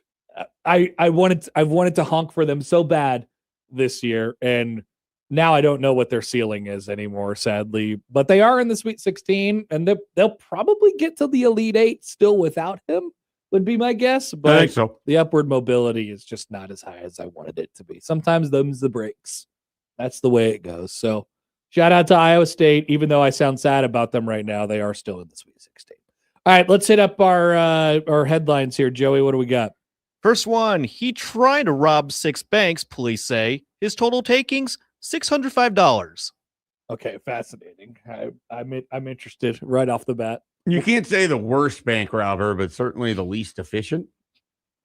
I mean, yeah, right. Like he got caught as well. Right, and eventually, but he had some success in there, where some bank robbers have no success at all. So you couldn't be the worst. The guy, Chief Saholic guy, he ended up actually successfully robbing some banks, right? Yeah, he did. Yeah, that sounds right. He got some money. I mean, obviously he got caught, but he got some money. A lot more than what this guy Imagine got. being worse at robbing banks than a guy named Chief Saholic who wore a wolf mask to a Chiefs game. The whole Chiefs super fan thing is So like weird. its own. I don't need a 30 for 30 on it. I'm never diving into it, but every time it comes up, there's a wild world over there. Matt writes in on YouTube, did this guy do enough tiny heists before he robbed 6 banks? Tiny heists. Is he? I think that's a Grand Theft Auto reference, actually. It could be. I think it had more to do with the conversation we had with Matt about the town and why you needed to have like build up. It's definitely a reference to that. You had to build up from, you couldn't just. You can't just go right in and do a bunch of So heists. maybe he was trying to build up and it just never really got. Okay, what's the second headline, Joey? What's in the water? Sharks near Bahamas found with cocaine and caffeine in blood, study reveals. Cocaine shark. Look, the cocaine thing doesn't seem that surprising to me, having been to the Bahamas a couple times. So I think we go the bank robber. You're not surprised that the sharks have cocaine in their bloodstream? I'm not surprised that an island country there's readily available cocaine that can just wander into the ocean. All right, let's go to headline number 1 then. He tried to rob 6 banks, his total taking $605. This is from the Seattle Times. A man walked into a bank. He handed the teller a note. A half hour later, he walked into another bank. It did the same thing. The next day, it happened twice more, the police say. After taking a couple days off, he visited 2 more banks. The man, police say, was trying to rob the banks. 6 Chase branches in 5 days spread across New York City. The notes stated that people would get hurt if the teller did not hand over the money, though the man did not say that he was armed, just that people would get hurt. We're going to hurt some people, he said. On 2 occasions, people say the man was modestly successful, getting away with $320 from a branch in Queens. Last Friday, and $265 from one in Brooklyn on Saturday. A bank in Harlem, he got out with $20.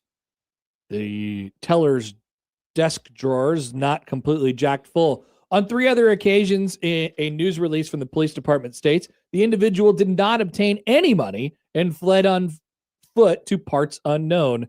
Those 3 banks were in Long Island City, Queens, in downtown Brooklyn, and the South Bronx.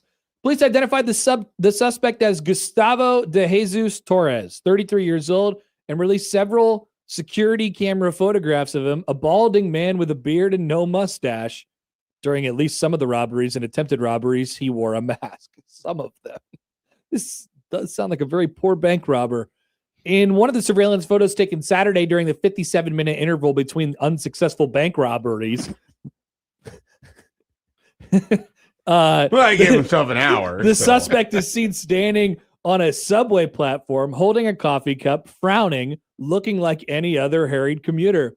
Torres may have had a history in this field. In June 2021, a man with the same name, who was then 29, was arrested in New Jersey and charged with robbing a Chase Bank branch in the Newark suburb of Belleville, according to a newspaper article at the time. The man wore a mask, handed the teller a note that read, "I'm heavily armed, don't make a scene," and escaped with $6,000. Also, he was trying to get back on the horse after he had got $6,000 5 years ago. It was not clear what the outcome of that case was. Last month, Torres was arrested on charges that he robbed the TD Bank in Tribeca in 2025. On that occasion, they said he made off with $600. So it's basically like any other serial, like whatever like case. a dozen attempted robberies or successful. And yet he keeps getting out of prison, out of jail, and then just continues to rob things. Maybe his thing is he stays under a certain threshold and has never actually had violence, so he continues to not be put in a in like an incarcerated. It's like the opposite of Prison Break. The Prison Break, what's his name, wanted to go to jail and he had to shoot the gun because he knew that would send him to like the high security prison with his brother who was trying to break out. What was that guy? What was the character's name? I never watched the show. I know the general like structure of it. That show rocked for one season. It's one of my wife's favorite shows ever. It was great for one season and then completely sucked after that. Mostly. I think that's the general consensus on it. It's usually because there's like one storyline, and once it's largely summed up, it's hard to sustain. But it's like the opposite of that. This guy's trying to not go to jail for very long so he can rob more. He's going for volume. He's going for volume. Yeah, he's a volume scorer. He's a volume robber. He's Kobe. He needs his shots. It's so or he's bizarre. Bam. He needs his free throws. 6 places, $605. Michael Schofield. Thank you, Ryan. Michael Schofield. And it turned out, of course, he had the prison blueprints tattooed on his back. That was the big reveal. It was one of them. Yeah. I was thinking the whole time watching season 1 of Prison Break, this show is called Prison Break. They have to break out of the prison. Spoiler alert, they do break out of the prison. Some, anyway. All right, those are the headlines. Joey, thank you.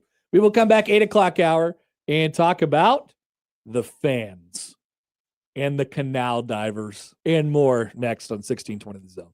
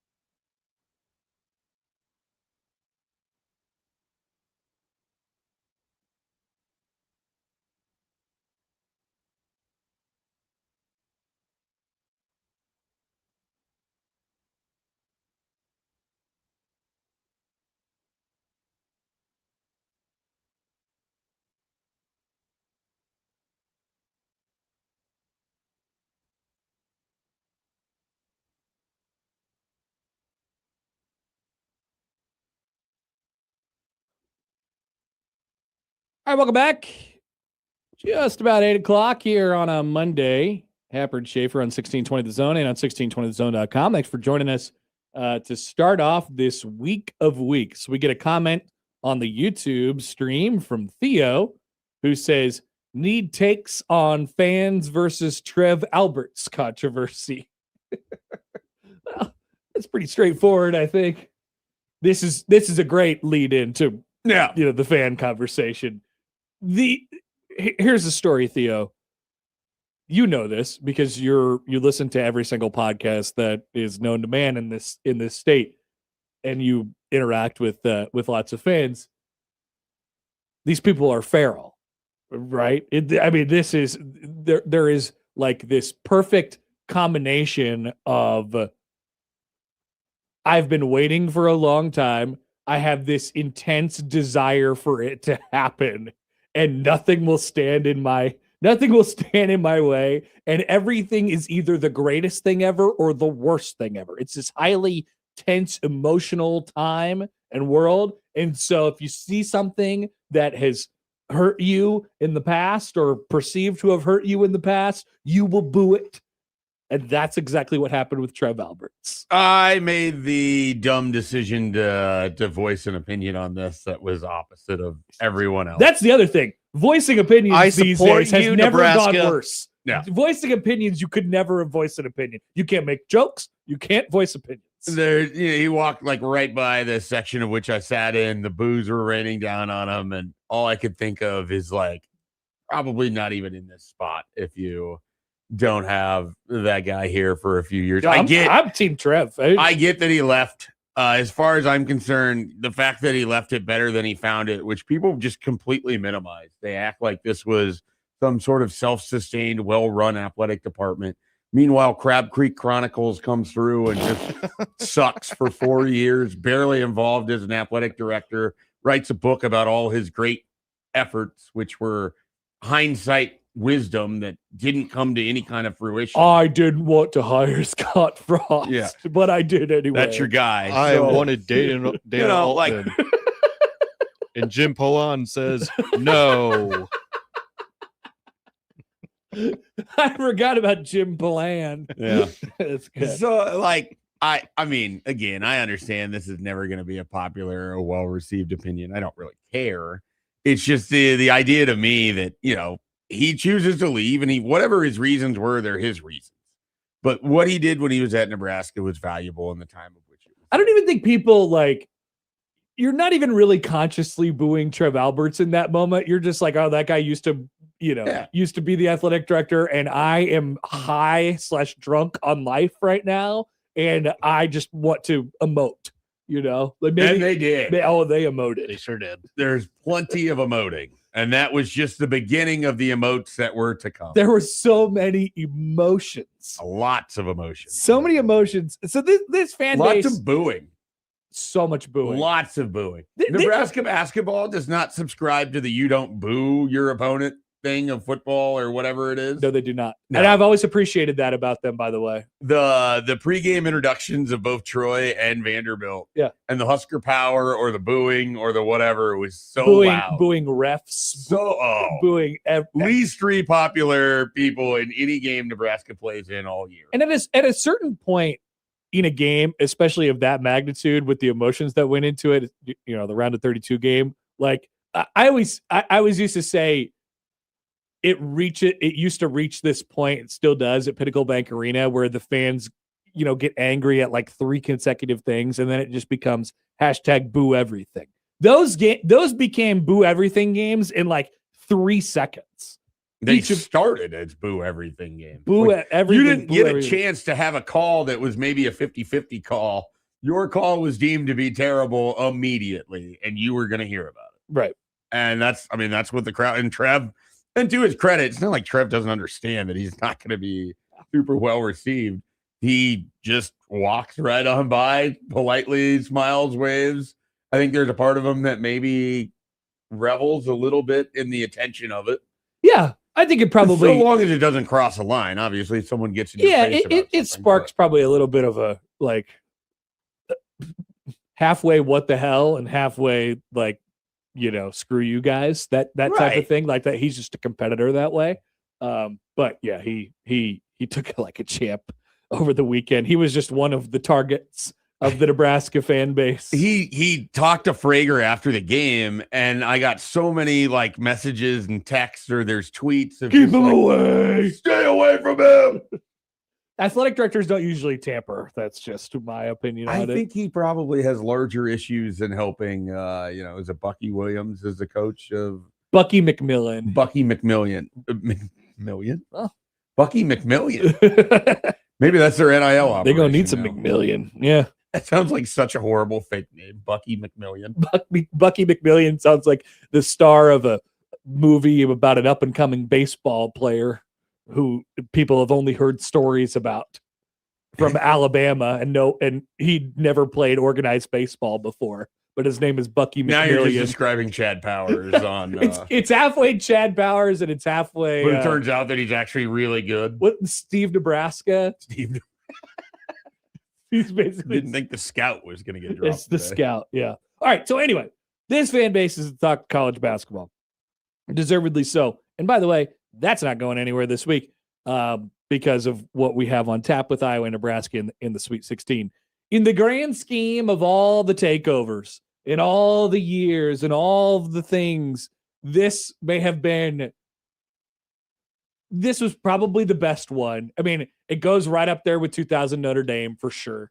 And whatever. They didn't win, but 2019 Colorado was breathtaking what that stadium looked 2019 Colorado. College World Series, but that's a different story. Big Ten tournament. And it's also in Omaha, so it doesn't have the same, really make any feel to it. Yeah. It's the combination of being just enough far away and just close enough. You're like, all right, and it had the stakes to it. And the hunger. Just the sheer hunger of wanting to be there. We talked and I told you the week leading up to Selection Sunday that I was exhausted by the mental calculus of how can Nebraska get to OKC because I was going to go wherever they went. And, financially, OKC was going to be better for me. This was a vacation for my wife and I, and so you're spending your own money, whatever. You want to keep costs down where you can. But there was also this idea of, man, if they do this in Oklahoma City, it's going to be in front of the largest amount of people that would be there. I underestimated, not to the form of Oklahoma City drinking establishments, but I underestimated what it was going to look like on Thursday. And then I completely nailed what it was going to look like on. So many people came down for that Saturday game, and people left too. I know plenty of people that were like, man, I can get here for Thursday, but I've got stuff on the weekend. I've got to turn around and drive back after the game. The fact that it's an 11:40 tip actually works for me. And it's like, you're going to get in your car and drive home after this. Like you were here in this building. I don't know how people did it. Shout out to them. Hopefully everyone got everywhere they were going safely. Berke had some special messages about that. Hilarious. There's the other thing from this week. There is so much content. Yeah. And I will take all of the Berke content that I could possibly get. We should call him. Season, let's get him on the show. Let's call him and have him do more PSAs for the station. I agree. If that isn't during TV timeouts next year is a no drinking, an in arena, Berke PSAs. The best part is no fights, no fighting. I don't know. It's that no drinking and driving and no fights. That was what he wanted to be really, really clear about it. That was terrific. But so much content. That environment was so incredible. And again, it wasn't because you get it. You've lived here. You tend to think that sometimes Nebraska is Lincoln and Omaha, or as I would joke, Omaha, and think that there's Omaha and then there's Nebraska. But it was so many people from everywhere. And it was wild because I just kept seeing people I knew that I didn't know were coming down, and we hadn't even discussed it. And then it's like, all right, well, I know that guy who just walked in. I guess I'll wander over. It's going to take him a while to get a beer. I've got a bucket with no ice here. They're out of ice in this bar. You were among the most frustrated about the ice this weekend. The ice. It was just comical to me because that city had no idea that this was coming. They're established. Some of them didn't even know the tournament was happening. Guys, I mean, we do this every time. nobody gets it. Nobody understands. And so I was like firing off texts and tweets to Snow, who Michael Snow sat in for me last week and has sat in for you before. He's been in the restaurant business, the bar business, especially. And it's like, you would be so mad right now. Nobody gets it for whatever reason. That doesn't make any sense to me either. Like you said, it's a big enough city where they don't understand that the tournament is even there, or they're worried about something else, and then especially, we've seen this many, many times before, they don't understand the power of what Nebraska fans are going to bring, and the sheer volume of all of it. It's the reason we called the Platte City QT last year, and it's the reason we'll probably be calling some Houston area businesses this week. No doubt about it. The people from Busch Light, somebody suggested that we should call Anheuser-Busch and just say, like, hey, do you have enough? Just send trucks and have them on call like Oklahoma City did for, Saturday, where they just had trucks parked outside of Bricktown. Yeah. Their distributors were just ready to go should they be needed. For whatever reason, it never fails. People just undershoot it every single time. And that goes for the lifeguards in the canal.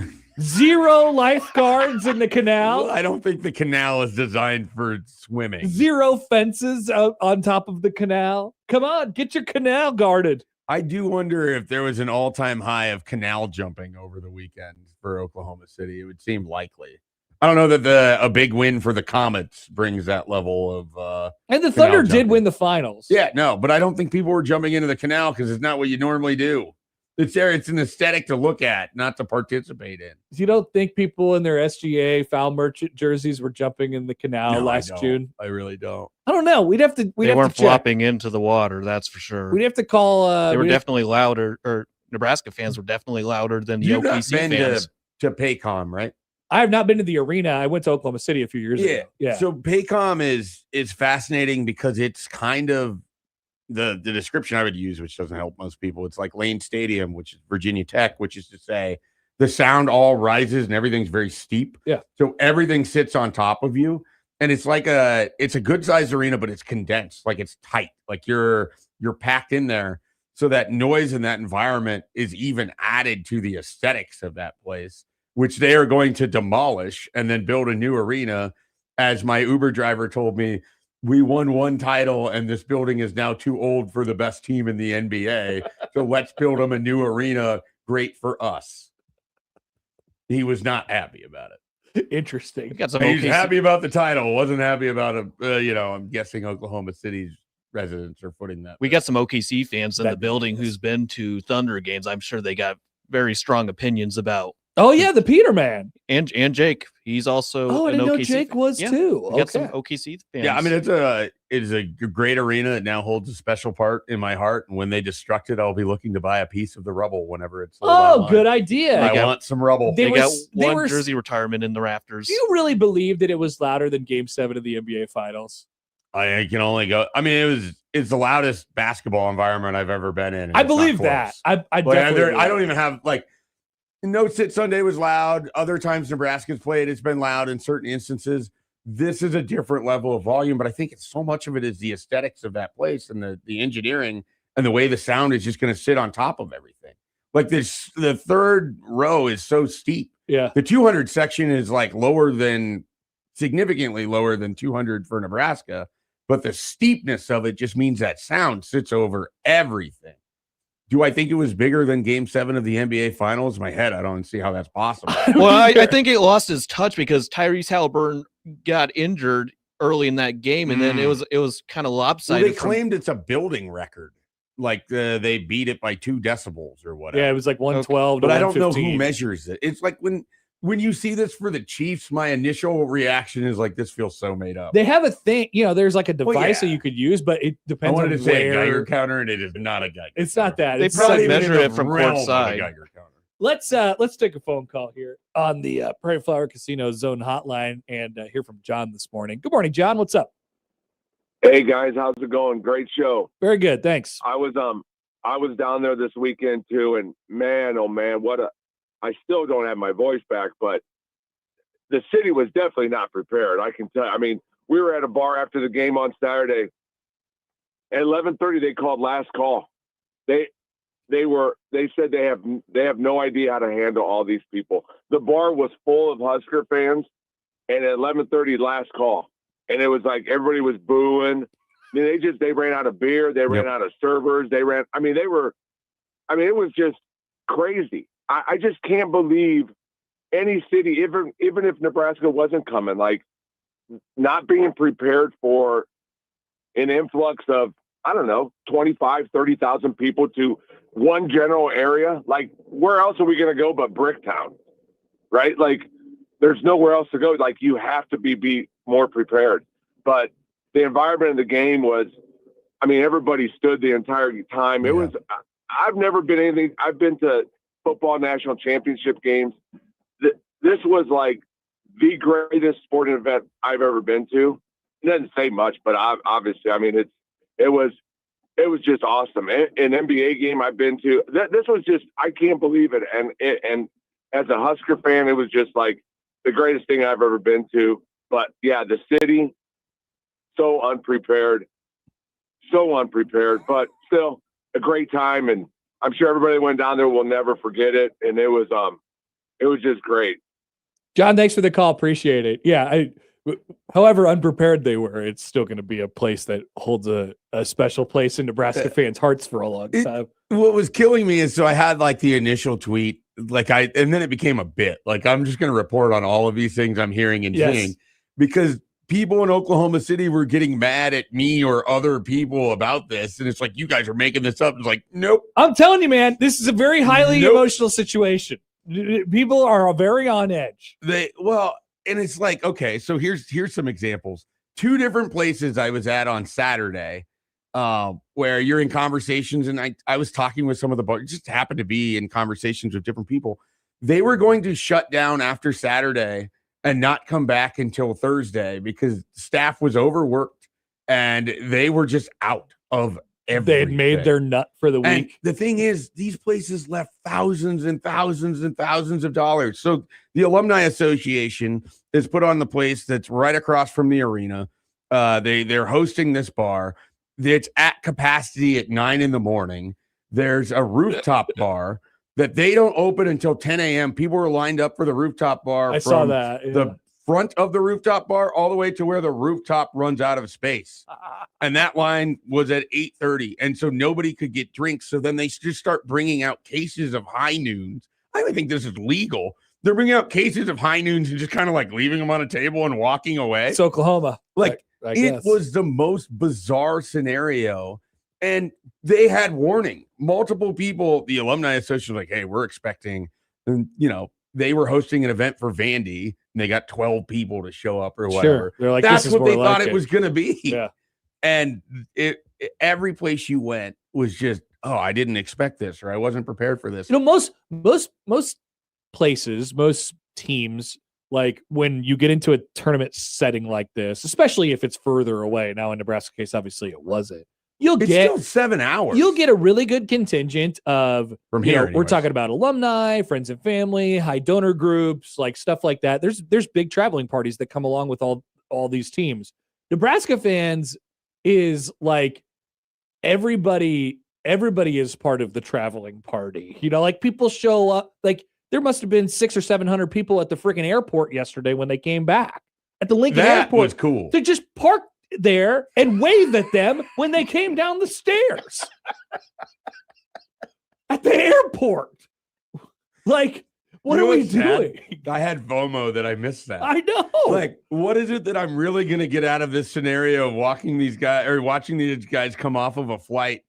I'm not really missing anything. You would have seen Berke lift up the sign and you would have loved it. But watching those videos, it's like, man, I wish I could have been there. And it's like, well, actually, it's probably okay. I'm somewhere between, the middle of Kansas and Nebraska right now when I see this. I wish you could have made it back in time to see him walk down the stairs. He takes the stairs like me. We got a couple of tweets here on the Liquid Trucking Zone Twitter feed before we get to Tim. Let's see. Alan writes in, he says, Nebraska fans were so pumped for spring, nothing was stopping them from swimming after a win. By the way, jumping in the canal It's such a horrible idea, but so predictable from a million miles away. It's very, very funny. I thought it was going to be a way more isolated thing than it was when I saw the first video of it. And then I was just there and it's like, oh my, this becomes like, it's like the polar bear challenge of some sort for Nebraska. Yeah. Next thing you know, everybody's going to be doing the canal challenge. Yeah. I mean, it was like 100 degrees on Saturday, which you didn't even notice because you were just floating the entire day. Not the water I'd want to be in. Chad writes in, he says, I'm not sure the dueling piano bar ever had someone pay $250 to write Bangarang on their phrase of the day at the chalkboard. I saw that place had Make Room for Daddy on there. And the number just kept going up. $300, $350. Yep. No, so unbelievable. There was a sports bar that opened literally on Thursday that had not existed until Thursday. Nice. And they open and Nebraskans crammed the place to the point where no one can like 3 people had to leave for the guy to let one more in because he's like, we don't even know what our capacity is. We just started. We just opened. And they were the most prepared out of any place. Oh, wow. Well, that makes sense. So shout out Goat Sports Bar because they did it better than everyone. Maybe they are the GOAT. Seth writes in on the Equitable Bank Zone inbox, says the bar we were at, Nebraska fans drank them all out of beers on Friday except Michelob Ultra. That's all they had on Saturday as well. Yeah, I never got to get Seth a beer. I never. We were at Social Capital. I probably never would have been able to get him a beer there because they didn't have their rooftop bar open. Michelob Ultra was the only beer that they just did. Like, there was the option of no beer or Michelob Ultra, and they chose no beer. Is this what I'm to understand? I don't know. I was drinking pretty much anything that was in front of me, so I drank plenty of Michelob Ultras over the week. I had Shiner Box, I had Banquets, I had Busch Light, whatever was set down. I had more Chuck Norris shots than I've ever had in my life or will ever have Chuck again. Norris. Yeah. Chuck Norris. We mentioned him on the end of but it was unclear to me whether he had died before the Troy game or after. And so we weren't sure. It was Friday morning is what the family said. No, that was somebody else. Yeah. There was another passing this weekend. So we knew about the news on Thursday night into Friday, but somebody had said that he had passed away Friday or Thursday morning in Hawaii. Okay. And so we weren't sure, like, time difference. Yeah. What had he had seen a Nebraska basketball NCAA tournament win? We just don't know. Well, if it had been Australia, Joey would have been all over the time difference and would have let us know immediately. It would be tomorrow. Somewhere tomorrow. That's true. Good point, Joey. All right. So I also saw some pictures of Nebraska fans, quote unquote, taking over the Oklahoma City bombing museum. Nebraska fans were taking over church, according to Sean Callahan, who was at church. They're like, he was like, yeah, I talked to the priest. They took over church. He said, I had never seen anything like it. I did not do any church reporting over the weekend. I will be very clear. Did you left that for the others. Did you see the picture of them, the Husker fans at the bombing museum? No. I mean, like, it's so, it is so amazing. I got texts from people that they regretted going to that because it's like, it's such a good day. And then I went there and I was like, yeah. Well, yeah, it's all very, very deflating right. and somber. And there's people wearing no sleeves Nebraska ball jerseys to the museum. I'm like, oh my God, what's going on? And that could have been because everyone ran out of beer. And so they're like, I need something to do. I got to go somewhere. I need something to do. I have to go to the museum. Well, they went. They literally took over everything. Everywhere in Oklahoma City, they went. And that was why I said that they went to the dentist, which I did not go to the dentist in Oklahoma City. But then people are like, oh, you're just mad. You're just mad. I'm like, no, this is just funny. This is objectively funny. Now, I will say this before we get to Tim. If people are wondering, am I jealous of all this? Yes. Yes, of course. Because you love the tournament. I love the tournament. I love basketball. So if anybody was like, you're just jealous, like, I will admit that freely and openly. This is a hell of an experience. And now Nebraskans love the tournament in an entirely new way. And we can all come together and love the tournament together. Nothing but love. Except for Iowa. Except for Iowa, who we're all against, really. Let's take a break. Tim Verghese will join us on the other side. By the way, stay tuned because Tim's got some Houston notes for you all as well coming up on 1620 The Zone.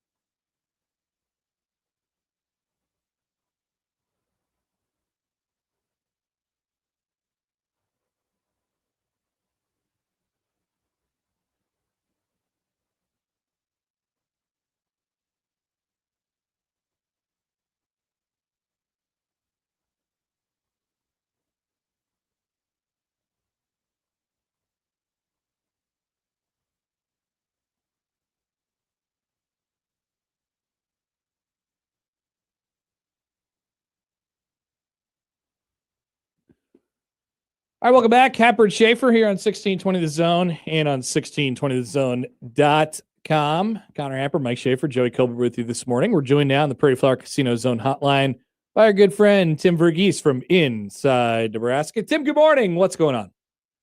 Hey, good morning, guys. How we doing? All right, so you are I'm good. You have been tabbed, or you tabbed yourself here as the Houston expert, which is fantastic. Love the thread that was going on yesterday about travel tips and things of that nature. So am I correct in that everyone should hit you up for any Houston tips this week? Yeah, definitely. I mean, I would say that, and I would also say, there's plenty of Husker fans down there that I've already heard from that are excited about being there. But I'm seeing a few that are planning on making the drive in from Austin. I would say that's another option for those of you or people who are trying to fly in and don't have the option to fly into Houston. Austin's an alternative, and between Austin, Dallas, and I would also say even potentially New Orleans, there should be some options to shuttle in. It's like what? I made that drive from New Orleans to Houston once. It's like 5 hours, I think. A little less than that. Yeah, 5 or 6. It depends on just how much you're pushing it. Look, not to diminish the idea of New Orleans, but if you saw that TSA line, all the way out to the parking structure for the New Orleans airport, travel, a lot of nightmare travel stories right now.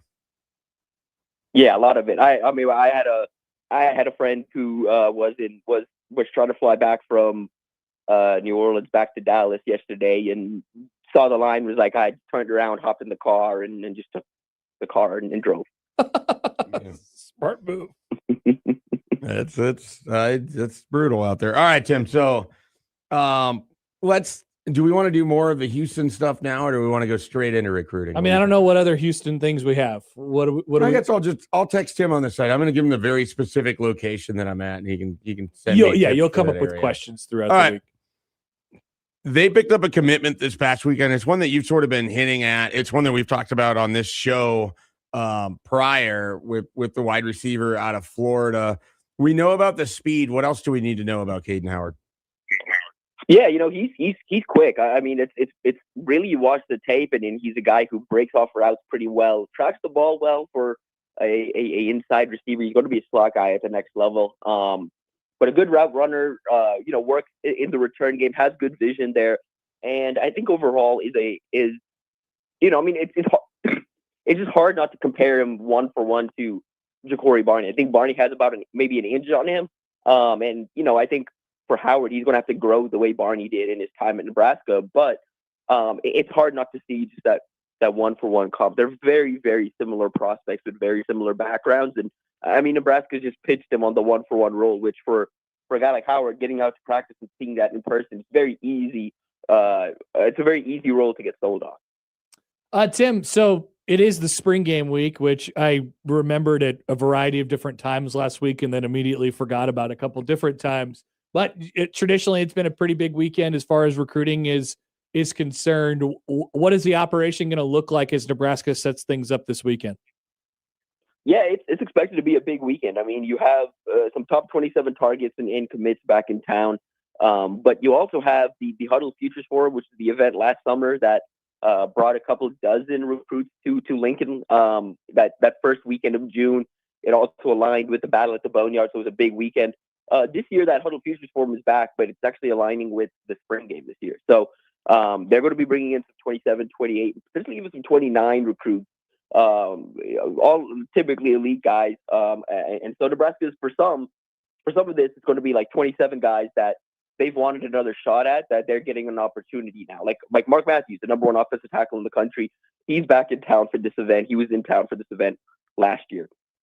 I think in the 28 cycle, you have the number 1 safety in Giovanni Tuggle coming back to campus. Nebraska's a top contender in that recruitment early on. Bryce Smalls, the number 2 interior offensive lineman in the country in the 28 cycle, back on campus. Again, Nebraska's an early contender in that recruitment. Darion Prescott, the number 4 edge rusher in the country, arguably the top edge in the Midwest here in this 2028 cycle. Nebraska's going to get their first shot at him this weekend as well.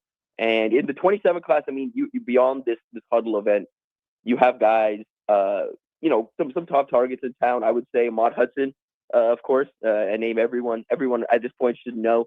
5-star target was at LSU this past weekend, will be back in Nebraska this weekend. Olu Bobola, the number 5 offensive tackle in the country, borderline 5-star prospect, back on campus this weekend. Nebraska has a lot of work to do to catch A&M here, but if anyone, I think Nebraska is one of those like 3 or 4 teams that can catch the Aggies in this recruitment. And then you have Blake Benton and Nehemiah Ombadi. I would keep a very close eye on those two. Those two are really emerging as priority targets for Nebraska here in the spring, both out of Shakopee up in Minnesota. 2 4-star prospects. Benton was the guy Nebraska keyed in on when Rob Orts joined the staff. He's a 6'3" linebacker who can play inside, can play outside, but is best on the inside. Ombadi's an interior D lineman at 6'2", 275. Nebraska recently offered. They've had Benton on campus before. This is going to be the first visit for Ombadi. They have to catch Wisconsin and Penn State in these recruitments, but they are selling these two on being a package deal at the next level. And I think Wisconsin is the other program that's really pushing this package deal. So could see this come to a head-to-head, but I will be quite wary of Penn State in Benton's recruitment. Let's marry the basketball and football together here. Go back to Ahmad Hudson a little bit. What's the latest with that recruitment? Do you feel good about where Nebraska's at? And then adding to that, does the success of Nebraska basketball here this season, the heights of which they've reached, do you think that can only help sort of the package that Nebraska can offer as a whole? Yeah, I think so. I mean, I think at this point right now, I mean, I'll have to check in with him to see how this last LSU visit went. But,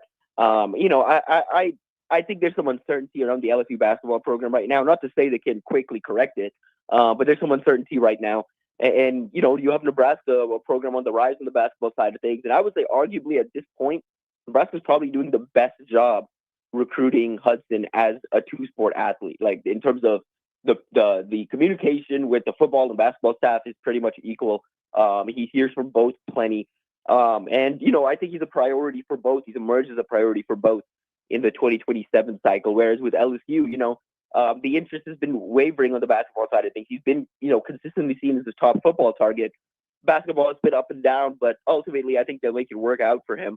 A&M's just the same thing. So that's going to be interesting. What I'm going to be interested to see is how he chooses to spend the weekend if Nebraska basketball just isn't in town. I mean, there's a really good chance he's in town and Nebraska basketball just isn't around. Like he doesn't get to meet with anyone from the basketball staff this weekend. And so I'm going to be curious to see how he chooses to spend his time, whether it's with the football staff primarily, whether it's exploring Lincoln a little more. What is his priority on this next visit? Because Nebraska is well positioned for an OV, and this recruitment is going to run till July 4th and probably beyond that, to be quite honest.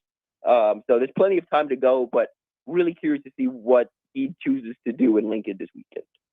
So last thing for you here, Tim, what are you hoping to get out of the spring game itself when you're there, you're watching Nebraska beyond just the recruiting, but just the game itself? Like, is there much you think you're going to be able to take away? We didn't have a game last year. Let me rephrase that. We had a game last year that nobody asked for. And so now there's a game this year that doesn't feel like it's going to get much attention. And yet it's going to be the first time that you'll get eyes on a number of these transfers. What are you sort of hoping to take away from Saturday? Yeah, I mean, this is going to be the first introduction for a bunch of these transfers. Anthony Coandrea, Owen Chambliss, Dexter Foster up front, Jasir Whittington. Like, you're looking for those guys to flash and show why Nebraska brought them in.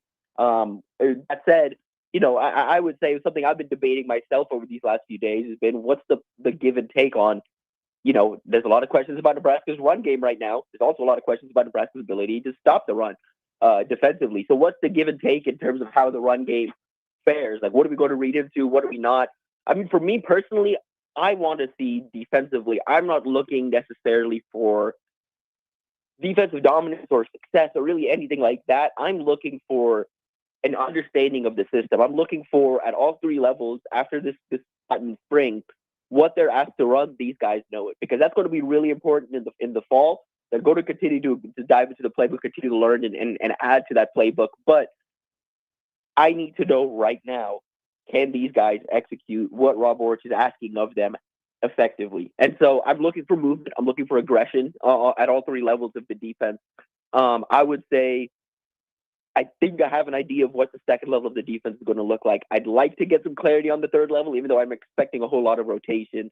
And then the front, I want to see beyond the transfers, beyond some of the key returners like Riley Van Poppel, Williams, and Bernari, who else kind of flashes in the scheme? Who is this scheme really meant for? Or who's maybe someone we have written off or have not really talked about this spring that is going to find a role within this defense. And then offensively, I mean, I'm really looking for how do some of these transfer linemen hold up. Like I would say for me, I think it's going to be really important that Tree Babalati and Elijah Pritchett can seal off those edges and allow Anthony Calandria to escape the pocket when things break down. I'm looking for athleticism from Tree. I'm looking for athleticism from Pritchett. And then in the running back room, of course, like would like to see more. You want to see all these guys build on their performances in June or at the against Utah. And I would also say you want to see Jamal Rule. You want to see what this looks like. He's been the story of spring so far behind the scenes, and really just curious to see what Nebraska has there and what that looks like. Going up against a live defense inside a stadium that's going to have fans in it. Some anyway. Tim, we appreciate the time. Sure. Most of them will be in Houston, maybe. Appreciate the time as always. Enjoy the rest of your week. Appreciate you guys. That's Tim Verghese from Inside Nebraska. At some point, there will be some mild conversation about football. I imagine it'll be like mostly after the weekend once the dust settles, and we'll watch a spring game. We'll have some takeaways, and there's some recruiting arms to it as well. But yeah, we're pretty basketball pilled this week. That is not a bad thing. We have Nebraska and Iowa in the Sweet 16, ladies and gentlemen. I want to zoom out a little bit and take a look at some of the other narratives. Yeah, some of our narratives that we thought going into the tournament, and then how that turned out for the first weekend. We'll do that. Plenty more coming up on 1620 The Zone.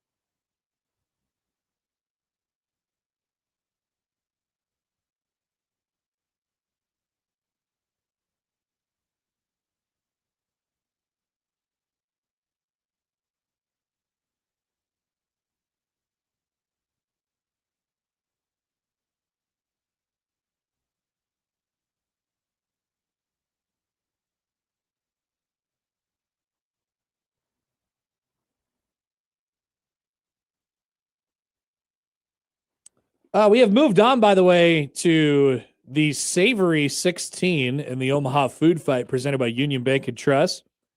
The field will once again cut in half as third round voting ends after this Wednesday, and then it'll be the edible 8, and then we'll head on to with just 4 remaining. So that's the Omaha Food Fight presented by Union Bank and Trust. Vote for your favorite restaurant right now, 1620thezone.com, and see if they advance. You have the power to push them forward, much like Husker fans have the power to push the Huskers forward in Oklahoma City. But this is a big tournament, all right?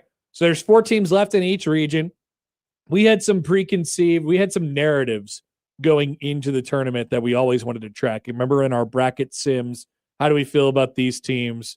And who are we against? And who are we for? Who's going deep? Famously, one of Schaefer's favorite ones was blindly picking against the team who was playing Vanderbilt in the first round. Blindly picking the team that's playing Vanderbilt. Yeah. Correct. Yes, my bad. Blindly picking the team that's playing Vanderbilt in the first round. They won. Vanderbilt did. But then, hilariously, you got your narrative completely straightened out when Nebraska beat them in the second round. So nice job by you. Yeah, I could have had some real egg on my face. You would have had a real problem. That's the first thing I would have thought of had that shot went through.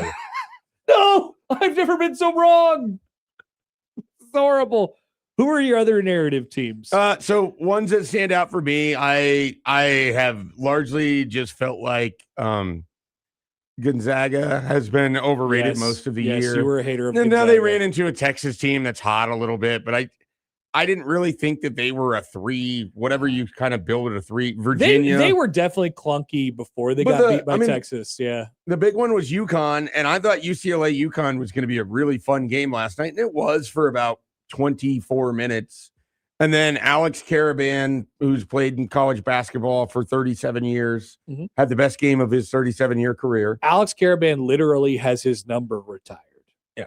Mick Cronin, who just can't help but make an ass of himself every opportunity he has, had the big rant before about sideline antics and then gets a technical for clapping. For possibly nothing. I don't know what the deal was. I felt like it wasn't a warranted technical, but there's no way you're not going to get asked about it after. Right. And he obviously had been egging on the official the entire time leading up to that. Hey, Gene, what do you think about that? Well, he must have done something before, but we can't speculate, of course. Thanks, Gene. We are definitely in mouth reading season, which I love this. Yeah. Because, if you read the mouths of Ben McCollum and Todd Golden, you know very well that they were not saying nice things to each other. Nope. If you read Mick Cronin, he's like, I didn't even say a word. Didn't even say anything. He was kind of amused by it, I think, in a weird way. The more I look at this with UConn, I came out with them on my initial bracket selection as picking them to go to the Final Four, and I hated it. The more I'm looking at it now, I'm like, I could actually see that. I could see a world where I think they're the 4th team in that region, and how I would view it. They're playing the 3rd team, so I think of those 4, St. John's looks the best to me. Now, speaking of feeding families with an Iowa-Nebraska Sweet 16 matchup, if we get a St. John's UConn Elite 8 matchup in Washington, D.C., hello.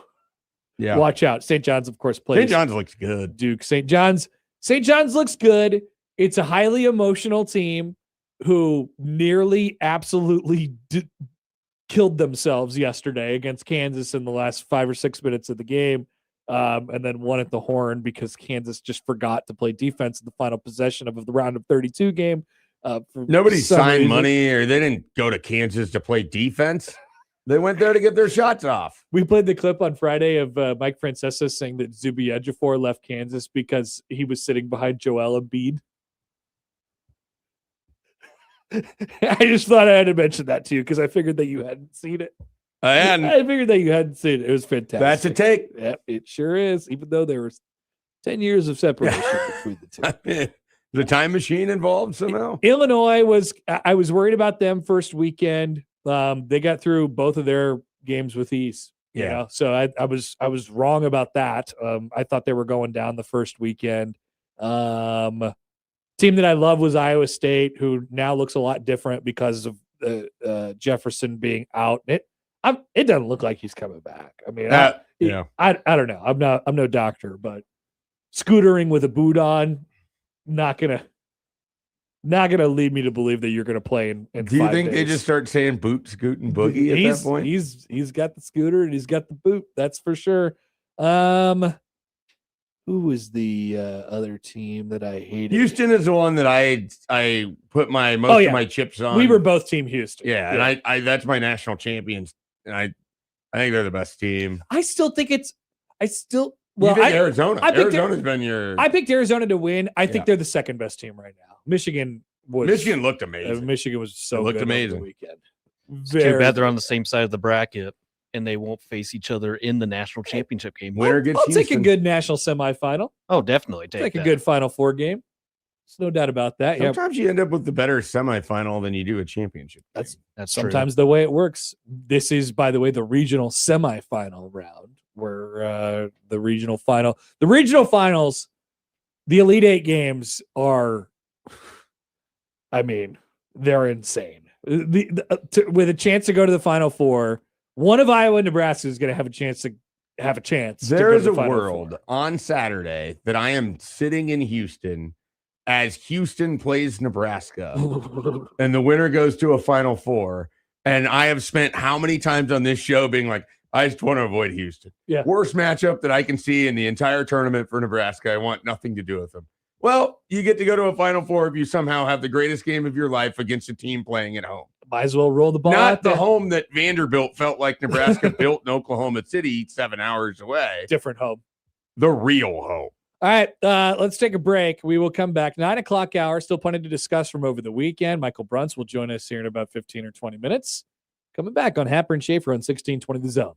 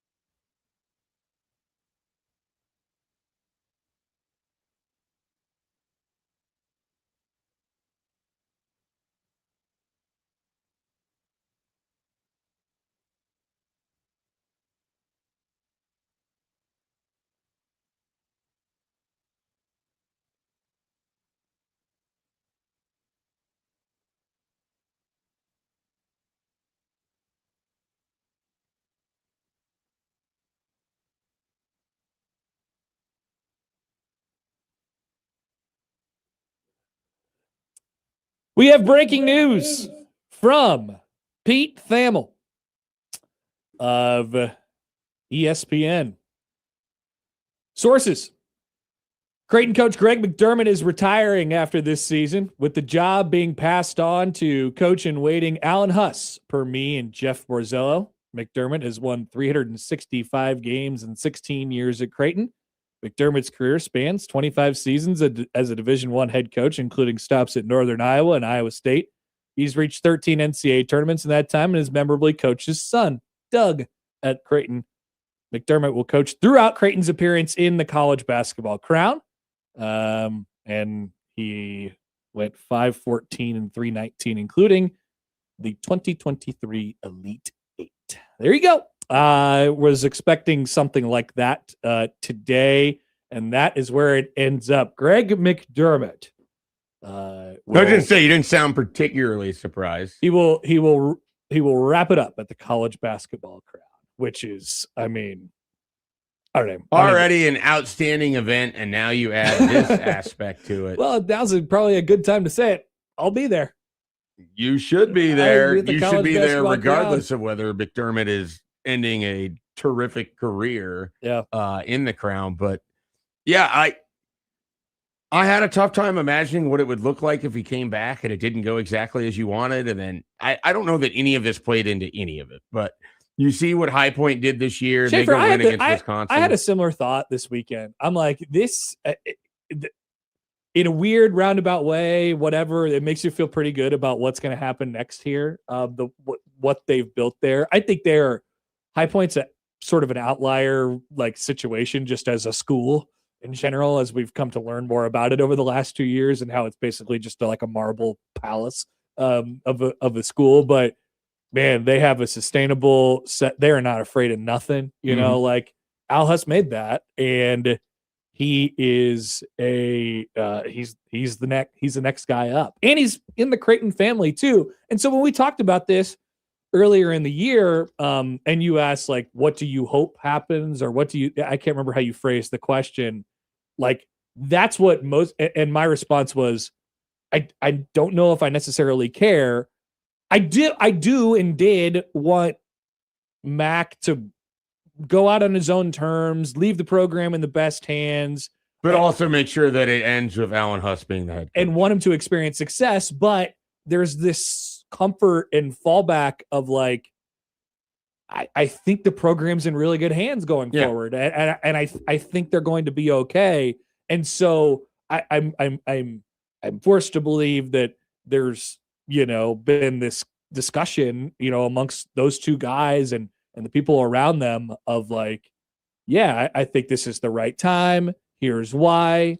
And if Mac was, or if Huss was going to wait around for Mac another more year, I think that was probably going to happen. But ultimately you'll see the end next week in Vegas. And, you know, like we always want the storybook, the guy goes out on top or he goes out with at the perfect time. And it doesn't really ever happen that way. You know, like there's your John Elway's where it sort of goes in that direction. And then he's found another way to be involved in football since then. But then there's just a lot of scenarios where it's just not that. I mean, Michael Jordan finished his career with the Wizards. Tom Brady finished in a Monday night playoff game that was horrendous. Like absolutely horrendous against the Cowboys. It's more memorable for, you know, Nebraska's special teams coordinator missing all those kicks. So, yeah, you know what I mean? Like, it's just, you want the Tom Brady's last game with the Patriots was that horrible game against the Titans. Right. So you want this storybook. I mean, we don't even talk about how Bill Belichick ended with the Patriots as well. But you're not going to remember that when you think about Doug McDermott and Greg McDermott and the McDermott family. Like you're going to remember the beginning. And then as you have pointed out, I mean, the sustained run of Sweet 16s over the last, 5 years? I believe it's leading into this year. It was 4 out of 5. Yeah. So then there you go. Like that's how it's going to be remembered. I personally, and obviously people know my thoughts on Creighton, I would not have wanted a scenario where if it comes back and you have another year like this year, then you're stuck in this really weird spot where you're transitioning and feels like you kind of cut Huss off a little bit. This seems like a great time to have someone else step in, put their vision on the program, and move forward. What happens with the roster will be fascinating. Oh, I genuinely think anything could happen. Yeah. Like because there's people that are tied specifically to McDermott that chose to come play for him. And it's no slight to Huss, but that might not be what they want to do moving forward. I mean, I think there's, probably a slight difference in the type of things that, whether it be style or just the identifiable qualities that each of these coaches are looking for, in players, and that may be different going into next year. So, it does make the crown kind of interesting. The crown was already interesting. The crown is already interesting. He didn't need this to make it more interesting. It only enhances what was already great about the crown. There's some stuff up in the air, man. And I guess that's the jarring part of it. That and trying to do your best to send Mac off and properly thank. I mean, all those different things. I mean, Creighton's been really good about that over the years, and the fan base has obviously been really good about that over the years. But it's such a fast-paced college basketball world where you're just always moving on to the next thing. And I'm sure that's already sort of begun right now, has over the last couple week or so here since the run of the Big East tournament ended, the one game. And you also want to slow down and say, wow, what a 16 years it's been, or whatever it might be. So there's a lot, but once again, the news from Pete Thamel had it first this morning, which is kind of interesting, I guess. Creighton coach Greg McDermott retiring after this season, with the job being passed on to Alan Huss. 365 games in 16 years, all-time winningest coach at Creighton, which I never thought in a million years would happen after Dane Altman left. The literal next coach would be the winningest coach in Creighton history after this. And now you have especially after how 2010 went. I'm like, oh, geez, all right. I guess we're going into this weird time right now. Yeah. They went to the CBI finals. And then you have Huss, where you don't know where that's going to go to. Right. And it could be a rocket ship. Maybe he's the next winningest coach at Creighton. Yeah, it could be a sustained, run of success. It could be something else entirely. Yeah. That's it. What an inflection point for that program. No doubt. Let's see. Debo writes in. He says, what are the portal impacts here? Guys, can guys hit the portal before the crown? Now it's a tryout. They can't officially, but you can definitely, for all intents and purposes. We're in the legal tampering period right now, folks. Sure. So yeah, there's conversations, I'm sure. I could see some people doing it. I also think there's going to be an element of like, hey, let's try to go win for her coach. I anticipate that will be an element of that as well. But I think the roster turnover will be significant. I do. Yeah, I mean, they're already going to lose. They're already going to lose. Graves and Dix. We sort of ran through it last week or 2 weeks ago, just the names, and we seem to landed on all of the guys who were, who kind of came in last year as new guys were sort of up in the air, or most of them anyway.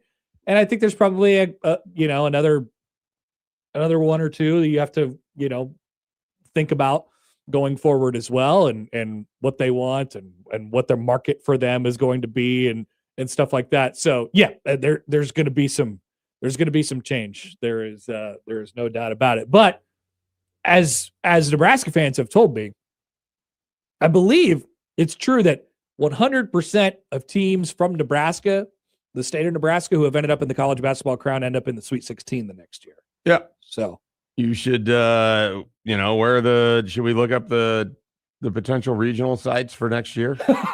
Well, Omaha's one of them. But Minneapolis is another. Omaha's one of the first two rounds, I think. So yeah, Omaha, Minneapolis are early rounds. I'm fascinated if Omaha will get another shot at being a. Kansas City is the Midwest location for next year. Go. And then I think it's 2027. I love that Joey's a knowledge base on this. You're crazy. 2027. Here we go. Here are the first and second. Can we start ranking them? Yeah, go ahead. Here we go. As you could blind rank them. Okay. Pittsburgh.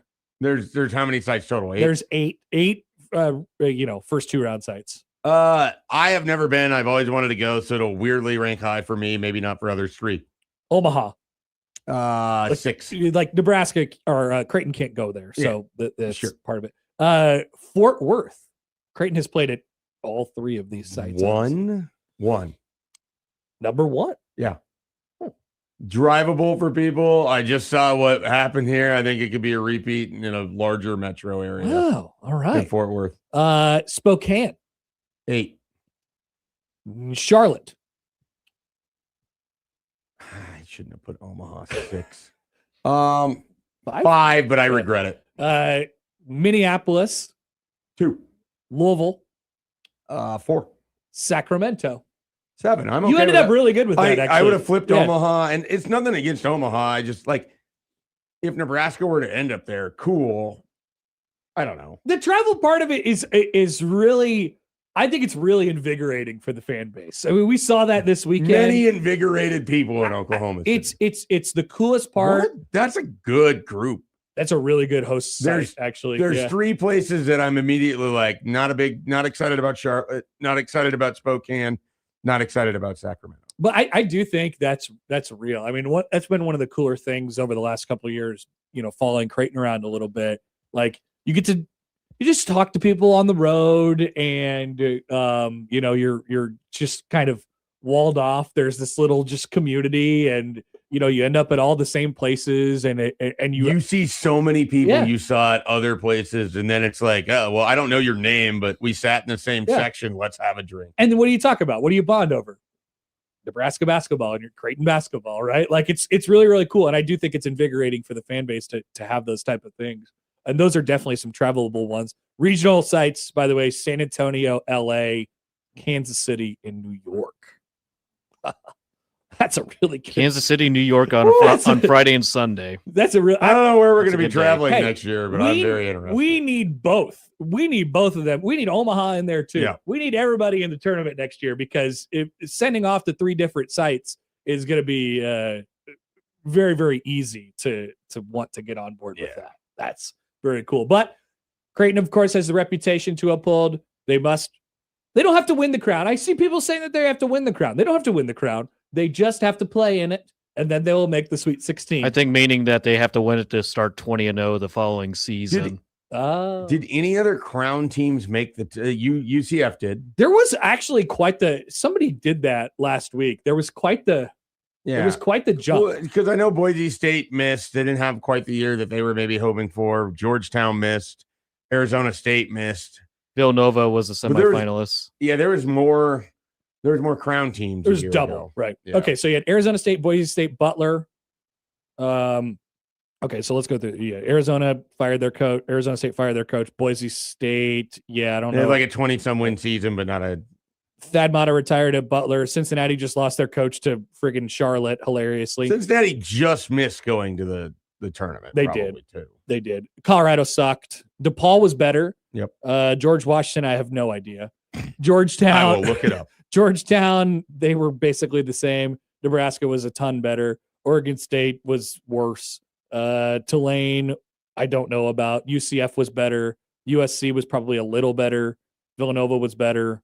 Yeah, there's a George Washington went from the crown to the NIT, and I don't know if that's I don't know what that is. That's a down, I believe. It seems down. They got smoked by New Mexico to finish their year. Yeah, I believe that is down. That is a downgrade. Okay, yeah, thank you, Platcat. You just sent me this Rob. It was a Rob Anderson tweet, of course, from last week. He's all over everything. Yeah, so Arizona State went up in their win total. Boise State went down. Butler went up. Cincinnati stayed the same. Colorado went up. Colorado's in the crown for the second consecutive year, by the way. DePaul went up. Georgetown went up. George Washington went down. Nebraska went way up. Oregon State went down. Tulane stayed the same. UCF went up. USC went up. Utah went down. Villanova went up. Washington State went There's a mixed bag there in as far as results. But once again, if you missed it at the top of the hour, Greg McDermott, the Creighton head coach, will retire after the run in the college basketball crown. And of course, you could hear those games right here on 1620 The Zone and on 1019 The Kick locally as well. We'll take a break. Michael Bruntz will join us coming up on the other side on 1620 The Zone. But first, a word from our friends at Underdog Fantasy, where the tournament is back. Upsets are inevitable, and they'll continue to be. And Underdog is the best place to get in on all the action. You can make picks and win money right now in Nebraska. Playing on Underdog is oh so easy. Just pick your favorite players, and if they're going to go higher or lower on stats like points, rebounds, steals, and more, get those picks right. You could win up to 5,000 times your cash. You could take a look across the board. There is no shortage of options for you on Underdog as it pertains to the tournament and beyond. So download the app today. Use promo code HAPPER1620 to score $50 in bonus entries when you play your first $5. Promo code HAPPER1620, Underdog. Big picks, win money. Must be 19 plus and present. Nebraska terms apply. See assets.underdogfantasy.com for details. Concerned with your play, call 1-800-MY-RESET or visit ncpgambling.org.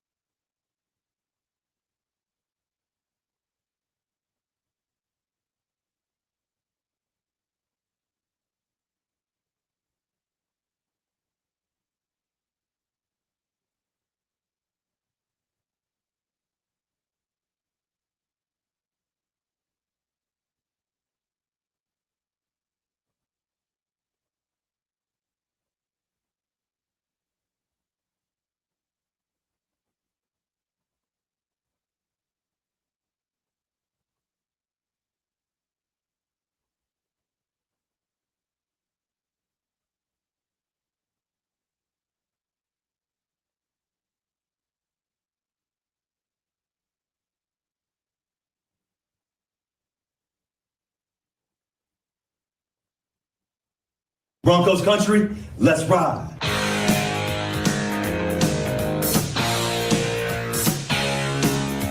The Bronx is back in town. The Bronx is back in town.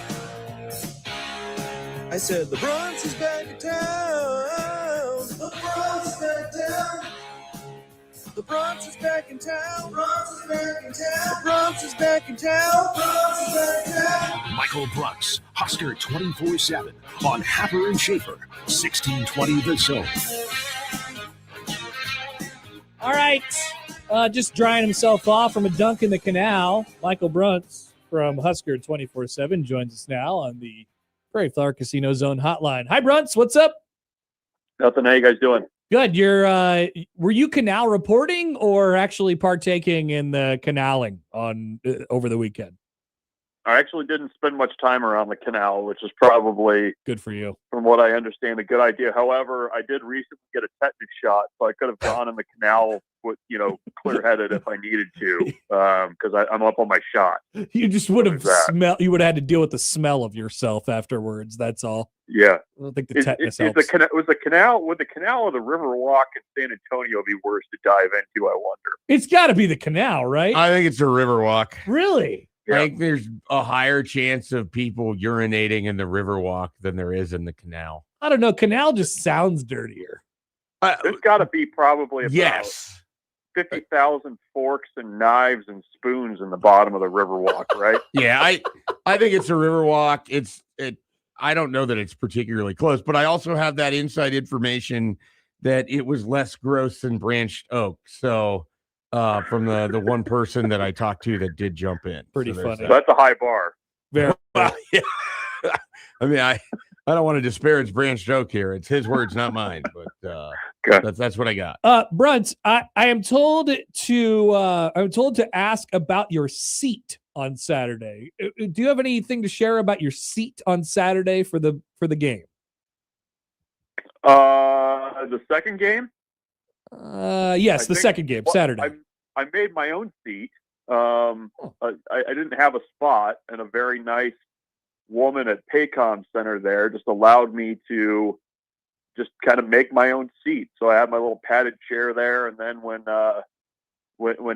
Houston, after Houston won, I kind of sidled up in their seat. So I basically ended up being at half court for the second half of the Nebraska Vandy game. So it worked out. But I was very much just kind of trying to lay low for the first half of that game. So how do you make your own seat? What is it made out of? Well, you have a spot like at a table. Yes. And I didn't have a spot at the table, so I just kind of set up a chair and just sat there, and nobody bothered me. So Seamus just didn't write your name down on a table somewhere? Is this what I'm understanding? No, he had nothing to do with it. You guys know how NCAA stuff works. Like at those events, you're basically like splitting a seat with somebody. Yeah. Like somebody in the early game gets it, and then they got to give it up when it's your turn. And I didn't have my turn the second time around, so I just sat down and I was good. That'll work. All right. What is just going to be your lasting kind of impression of what you witnessed over these last few days? You were down there. You made the trek to San Antonio. I was with you in 2014. We made that drive back, and you made the trek to Memphis. And I don't know if you and BC drove back, but you made that return trip without a win. You came back yesterday. We were texting a little bit, and you remarked on how different this is than most of the places that you go cover Nebraska, doing something in and then making that drive back. What's going to stand out from your time of just sort of covering this as you reflect back on all of it? Yeah, not seeing sad Nebraska fans pass me in the left lane while having to listen to Paul Allen. That was the difference in this one. But no, I mean, I think I don't know. I mean, that was BC and I were kicking this around in the car a little bit. I've always said like probably the best sporting event that I've covered at Nebraska was the 05 College World Series, like without question. And that got right up there. I mean, that the atmosphere was just crazy as everybody could figure out. but that was just like a really, really high quality basketball game. Like those last 3 to 4 minutes of that game against Vanderbilt was like high drama, and it really delivered. I mean, it was. I think what was cool about that matchup, and I think the matchup against Iowa is kind of the same way, is you had two teams that basically had maxed in every possible way that you could imagine for maybe what they were expected to do coming in and what they had on the roster. And to see both those teams playing at a really high level was really cool. And just, I don't know, it's also, when you have that kind of interest, and, I ran into people that had, flown in from Phoenix for that game and for the weekend, and how everybody was just so dialed in on it. And then to get the, kind of get the payoff at the end in advance, that was pretty cool. And it's, I hope people can understand too, that this is a team that's pretty easy to root for. I mean, like a good group of guys. You saw it with, the lap around the arena after the win. I mean, I think the way that they are very well aware of, what this means. And, even, the fact that, they went and found Kent, on the sidelines, after the win. I thought that was pretty cool too. So I don't know. I mean, it was just a really cool experience. And now you're off to Houston against Iowa. It's like you could probably script it about as well as you could, and you probably wouldn't have come up with this. Bruns, how does the now matchup with Iowa in the Sweet 16 change the chemistry of this entire thing for you or for Nebraska fans, or from a basketball perspective? Like how do you think about that off first blush? Yeah, I don't know. It's in terms of matchup. I mean, I think it's a heck of a lot better than a lot of the matchups they could get in that portion of the bracket. The fact that you've played them, this is going to be the third time. I mean, there's obviously the familiarity there. The rivalry aspect certainly adds a different and kind of cool piece to it, I think, too. And I don't know. It's there's so many storylines from that series already this year with the guy running down at Fred and everything else. It's just going to kind of be fun. I mean, like it's going to be an interesting matchup. And again, I mean, it feels like kind of similar to that Vandy game, where it's like, again, two teams that have really kind of reached the peak of what they could probably do this year. And oh, by the way, you have a trip to the Elite Eight on the line too. So I don't know. It'll be fun. I think it's this kind of magic carpet ride that Nebraska's been on this year. In the locker room after that game on Thursday, I don't know that there was like a kind of like an exhale of like, okay, we got this done. But after the game on Saturday, it was kind of like, okay, like, this is what we thought we could do. This, we deserve to be here. And there was you could definitely sense the change in the room, and it wasn't, like, this is it for us either. Like, I think that's a team that believes that they can go down to Houston and stay there for a little bit. So when you look at the two games as a whole, what player performance kind of stands out the most to you when you look at these two games, and what does that maybe mean for Nebraska moving forward against Iowa and potentially beyond? Yeah, I mean, I think it's, as much as the attention goes to Stanford and what he can do, the two games in Oklahoma City felt it was like it was about Frager and the guys around him.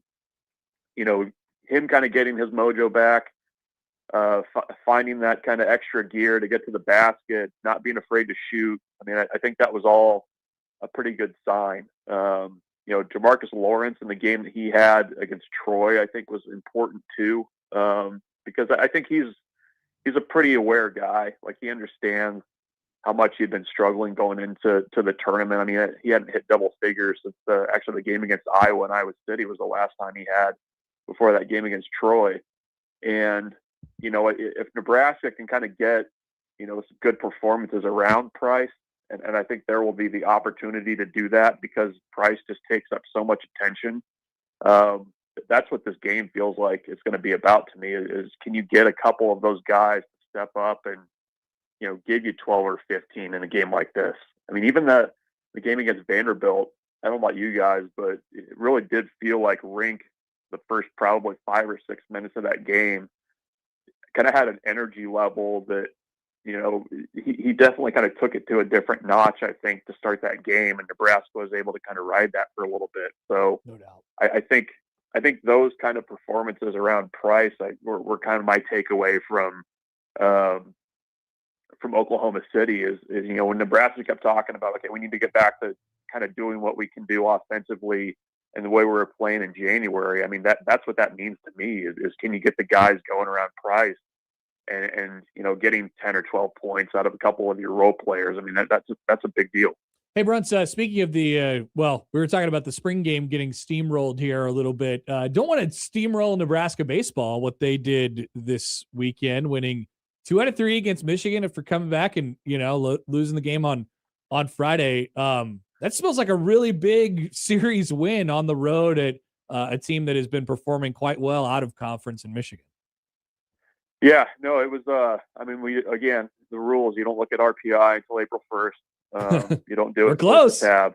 No, yeah, we're getting close. But that was a top 50 Michigan team, just based on kind of what they've done in the non-con, to get that series win on the road. And the way it happened too, they looked just kind of listless at the plate on Friday and came back and had 2 pretty good performances on Saturday and Sunday to get that series win. That's a big deal. The bullpen seems to be rounding into form a little bit as they kind of get to the midpoint of the season, which that was, I think, a big question mark was who you could trust, who you couldn't, and they seem to be figuring that out. And, the thing too, they've still been battling injuries. I mean, Will Jeske hasn't played and it's been, a couple weeks. He's a big piece of that lineup that they've been missing. They haven't been able to have Cole Kitchens in the lineup because they've had to shuffle things at the DH spot. Drew Grigo's been a really, good find for them and become a regular in the lineup. So it just kind of feels like a team that's pretty resilient. And we'll see this weekend against a decent Indiana team, but with the new format in the Big Ten tournament, you just gotta win series. And you can already kind of see the split forming on who those likely 4 teams are that are going to get the bye to the weekend and who's just going to have to fight through the random double elimination tournament earlier in the week. And Nebraska needs to make sure that they're part of that second group. Is it it's a race for 4th, right? Like that 4th spot is going to be fascinating. Yeah, no, it's going to be, and it's tough too. I mean, the Big Ten schedule is so unbalanced with that many teams. You're going to get a team that's going to be kind of on that bubble of the 4th spot that just has a little bit more of an easier road through the conference schedule. I mean, you kind of look at what Purdue's got and what they've done so far. I could see them being one of those teams that you look up and they're probably going to be right around 5th or 6th, maybe even 4th if things break right for them. And I mean, UCLA is an absolute wagon. They're just going to roll through the conference. You assume Oregon's going to be there. USC's been good, right out of the gates. Unless they're playing in the snow. Yeah, well, that's a big factor for them. But I mean, that leaves you 1 spot. So, Nebraska's just got to keep rolling up the wins. All right, Bruns, we'll let you go. Appreciate it as always. And we will talk to you later. Yep. Sounds good, guys. Take care. Michael Bruns from Husker 24/7. Soon enough, we'll start to see Michael at Tuesday evening baseball games between Nebraska and Creighton. I believe there's one next Tuesday, if I'm not mistaken. Wow. I think the first one is next Tuesday. There's just so much going on. Like, I kind of felt bad. The wrestling championships were Saturday night, and you have Nebraska Vanderbilt taking up all the March 31st space. And they had a couple guys, Minto and Taylor finished second, but Nebraska as a team finished 3rd. Like, another terrific year for Mark Manning in that program. And it's like I didn't even really think about it until yesterday driving home. Yep. Just a lot going on right now. No doubt about it. All right, let's take a break. We'll finish things out. We'll check on our bracket sim deal here. See if we're still in business. Joey, do we know? Or I don't think so. Can't wait to all find out. You'll have to look. We'll find out together. We'll be back after this on 1620 The Zone.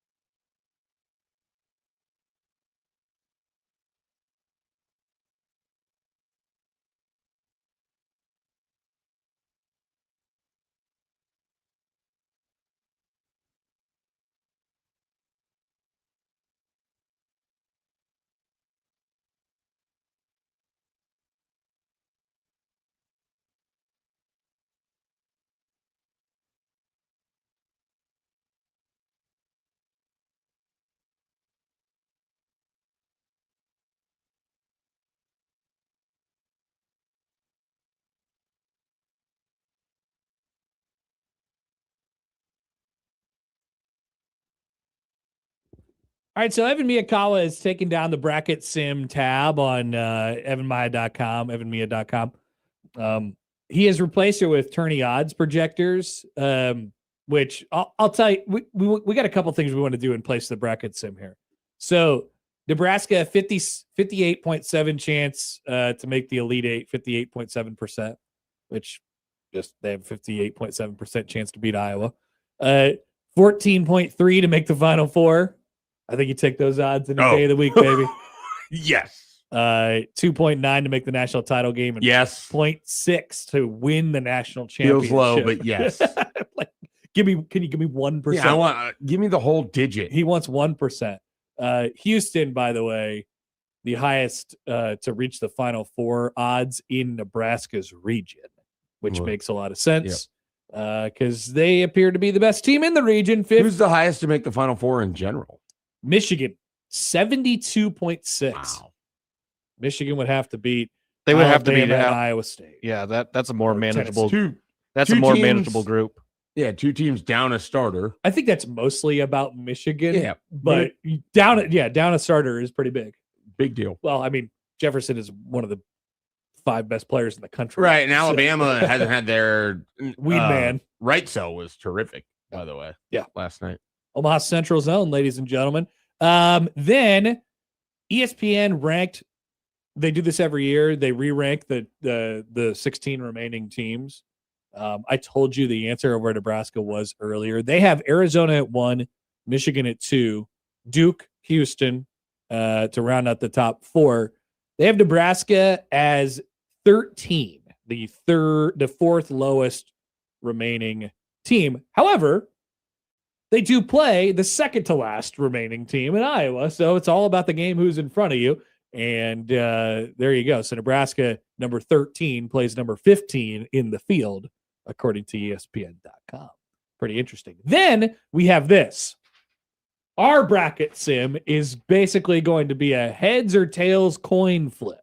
Can we just establish the higher seeded team, meaning like the 1 seed will be heads, lower seeded team tails? That's the deal. Yeah, just to make it easy. Yeah. All right, let's flip this coin. Here we go. Duke St. John's.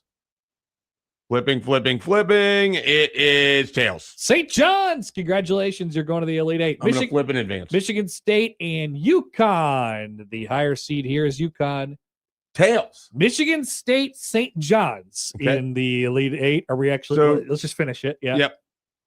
Tails again. We're on a run of tails, so that would be St. John's. St. John's is going to the Final Four. Next region. Iowa, Nebraska. Oh, boy. Good time for heads. Tails. Iowa. Disaster. Illinois, Houston. This is tails. Okay, so Illinois and Iowa.